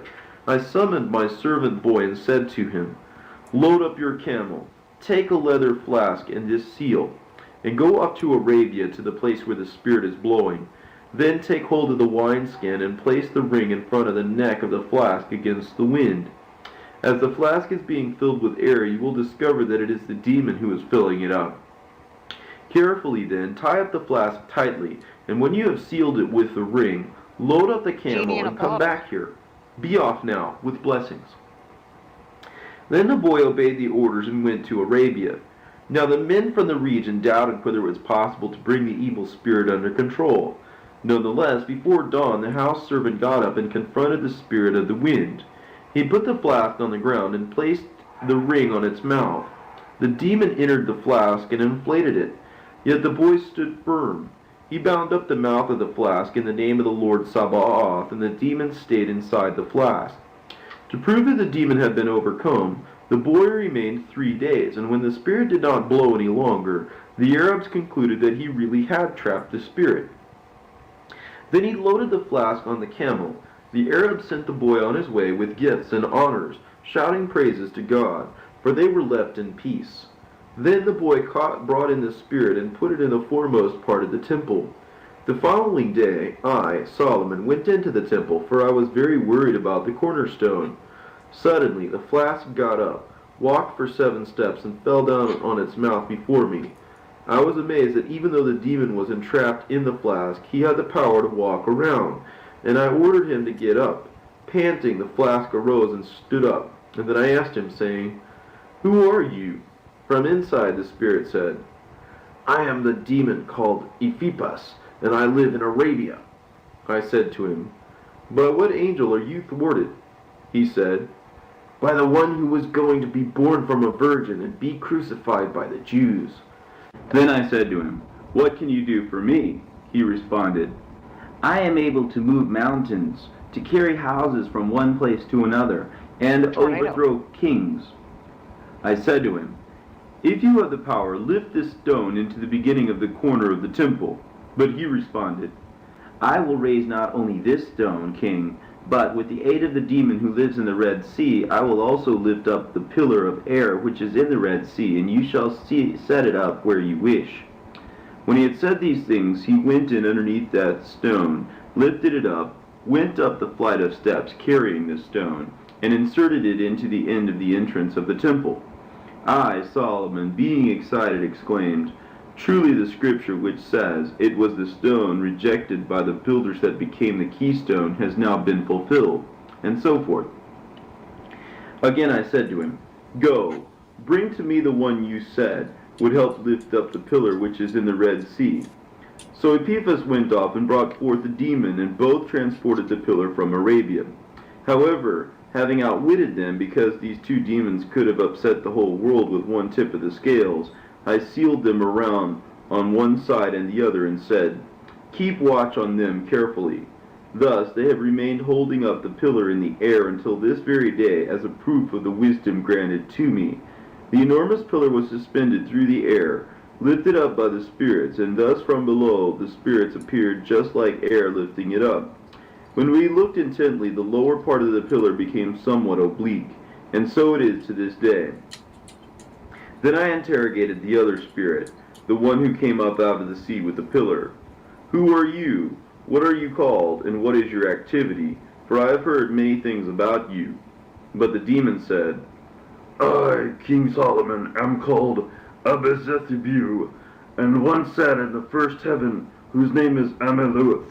Therefore I am hostile, winged demon with one wing, plotting against every wind under the heavens. I was present at the time when Moses appeared before Pharaoh, king of Egypt, hardening his heart. I am the one whom Jannes and Jambres, those who opposed Moses in Egypt, called to their aid. I am the adversary of Moses in performing wonders and signs. I therefore said to him, How is it that you are found in the Red Sea? He responded, During the time of the exodus of the sons of Israel, I gave Pharaoh pangs of anxiety and hardened the heart of him as well as of his subordinates. I caused them to pursue closely after the sons of Israel, and Pharaoh followed with me, and so did all the Egyptians. I was there at the time when we followed together. We all approached the Red Sea. Then it happened that at that time, when the sons of Israel crossed over, the water turned back upon us and covered our company of the Egyptians. I was to be found there. I, too, was engulfed by the water, and I remained in the sea, being held down there by a pillar until Epaphras arrived. Next, I, Solomon, adjured him to hold up the pillar until the end. Then, under the direction of God, I adorned the temple of God in total beauty, and I was rejoicing and praising God. Now I took countless wives from every land and kingdom. I also took a journey to the kingdom of the Jebusites, and saw a woman in their kingdom. And I fell madly in love with her, and wanted her to be my wife in my harem. So I said to her, their priests, Give me this Shumanite, because I am madly in love with her. They replied, If you love our daughter, fall down before our gods, the great Raphan and Moloch, and take her. However, I did not want to worship their gods, so I said to them, I worship no foreign god. But they threatened violence against the maiden, saying, If you have the opportunity to go to the kingdom of Solomon, say to him, I will not go to bed with you unless you become like my people, and take 5 locusts and sacrifice them in the name of Raphan and Molech. So because I loved the girl, she was in full bloom, and I was out of my senses, I accepted as nothing the custom of sacrificing the blood of locusts. Okay. Okay, so he said the god of Raphan and Moloch. The Raphan refers to the the star. There was a star, Rafan. I guess the Zionist follow the star of Rafan, and that's why it said, "I did not give you that star," said God. "I did not give you that star." That So that's interesting that they said that was Rafan and Moloch. And Moloch was the guy that they burned the children to. They brought the children and sacrificed the children to Moloch. And Right. yeah. So this is the one. So they use this beautiful woman like Hollywood, beautiful women, right? And he lusted after this beautiful woman, and he had to sell a soul to these demon sacrificing, Zionist, whatever, type. Yeah. Right. Okay, go ahead. It's almost done. I took them in my hands and sacrificed in the name of Raphan and Molech to idols, and I took the maiden to the palace of my kingdom. So the Spirit of God departed from me that day on which my words became an idle talk. She convinced me to build temples of idols. As a result, I, wretched man that I am, carried out her advice, and the glory of God completely departed from me.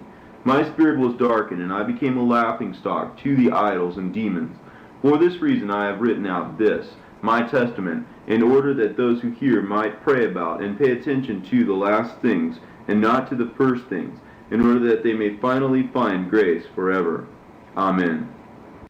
Kev, you know what your new Green Mountain commercial needs? Okay. What does it need? A jingle. Huh? Nothing. The commercial. I said a jingle. Now I wanted you to play because I want you to play that one video I sent you with the Mahdi talking about the fallen angels and referencing, a ex-president. Okay, he's referencing him as a demon. Oh, surprise. What? That should not surprise you. No, not at all. No, not at all. All right, this is just a quick reel, so we'll do that one. Okay. Let's pull this guy up here.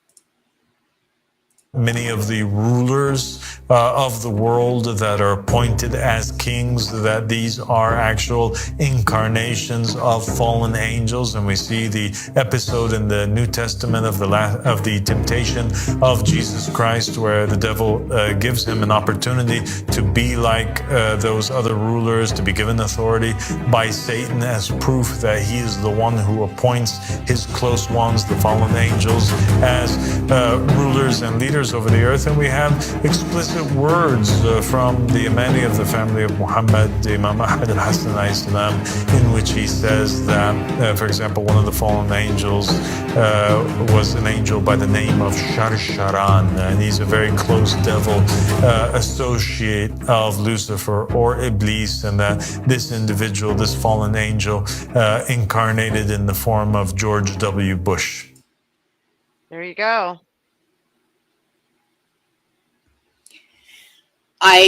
Honestly, I'm going to tell you what. I'm not so sure he's talking about Lil Bush. Oh. Little Bush was a puppet. Little Bush was a puppet for his father. That's all he was. Well, you got George Senior and George Junior, so I'm pretty sure he's talking about Senior. Yeah.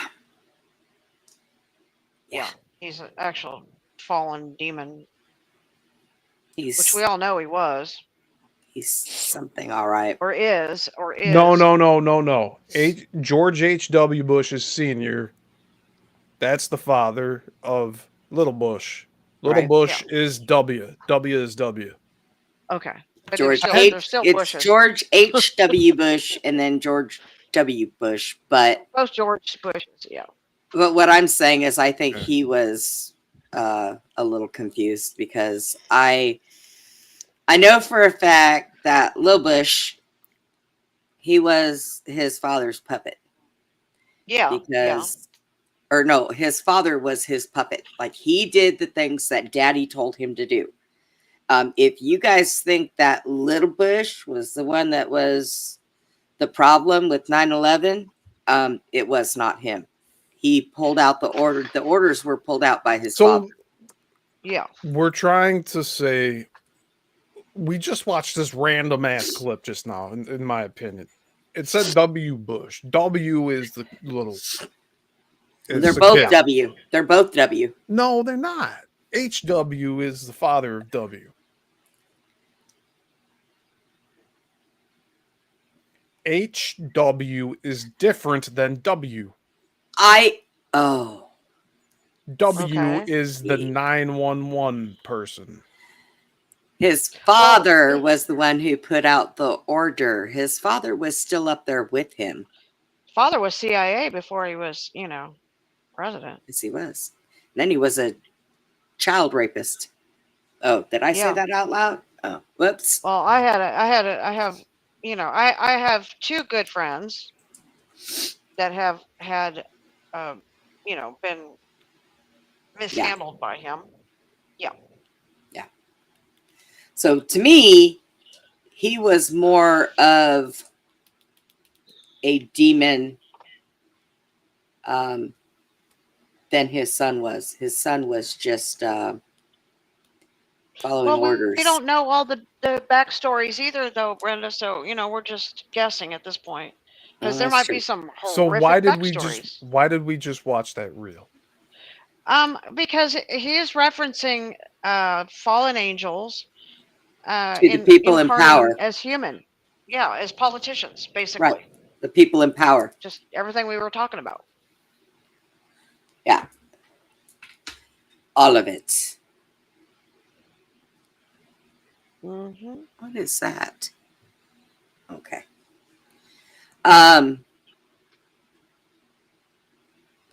Walker. The other one was Hubert Walker. Yes. Okay. What time is it? Yeah. All right, guys. We're going to go. I have a show tomorrow night with Dennis Carroll. Dennis Carroll will be here tomorrow. Yay. Been a while since I've had him come on. And I have to get with Abe because I'm trying to find a night when Abe can come on and Jesse with him. So they can both come on. But wait, Brenda, I have one more little joke to wrap it up with a laugh. Okay. Suzy's got jokes. I sent you another little thing right under the YouTube thing, and the girl standing in front of a TV screen. So this is, I thought this was funny. Okay. Girl standing in front of a TV screen. Okay. I wasn't defending the Bushes. I was just saying that there was a distinction. Yeah, don't ever defend. No, and I didn't want you to misinterpret that. Trying to get the right person that we're talking about. Yeah, the right verbiage, the right person that we're talking about. We weren't talking about the dad. We were talking about the son. At least in that reel, that person was implying the son, not the dad. Gotcha. That's all. I'm not saying one's more evil than the other. The dad They're all was probably fucking more assholes. evil than him. So yeah. Don't worry about that. I'm not rushing to go and defend any of these. Okay, here's the funny one. This is like the funny one I thought was hilarious. No, Sam, that's not how we do it. Let me show you how we take care of the creature. Let me show you how we take care of the creature. Oh! Go, Rita! Oh! And that's the end of Brenda's show.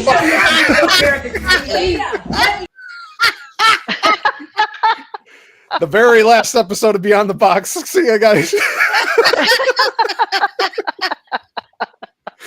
Holy moly. That's not the way you do it. This is the way you do it. She took a bat to her TV. Oh, God, I'd have to cry. Actually, no, Jack would cry. Jack would be like, crazy, I gotta buy you another TV. What'd you do that for? Oh, my God. Wow. All right, guys. Yeah, we're out of here. But yeah, I gotta get with Abe to try to find out when I can get him and Jesse to come on. Because I've had Abe on a few times, but when I have him come on a Saturday night, Jesse gets up early in the morning to go to church, so he's not able to come.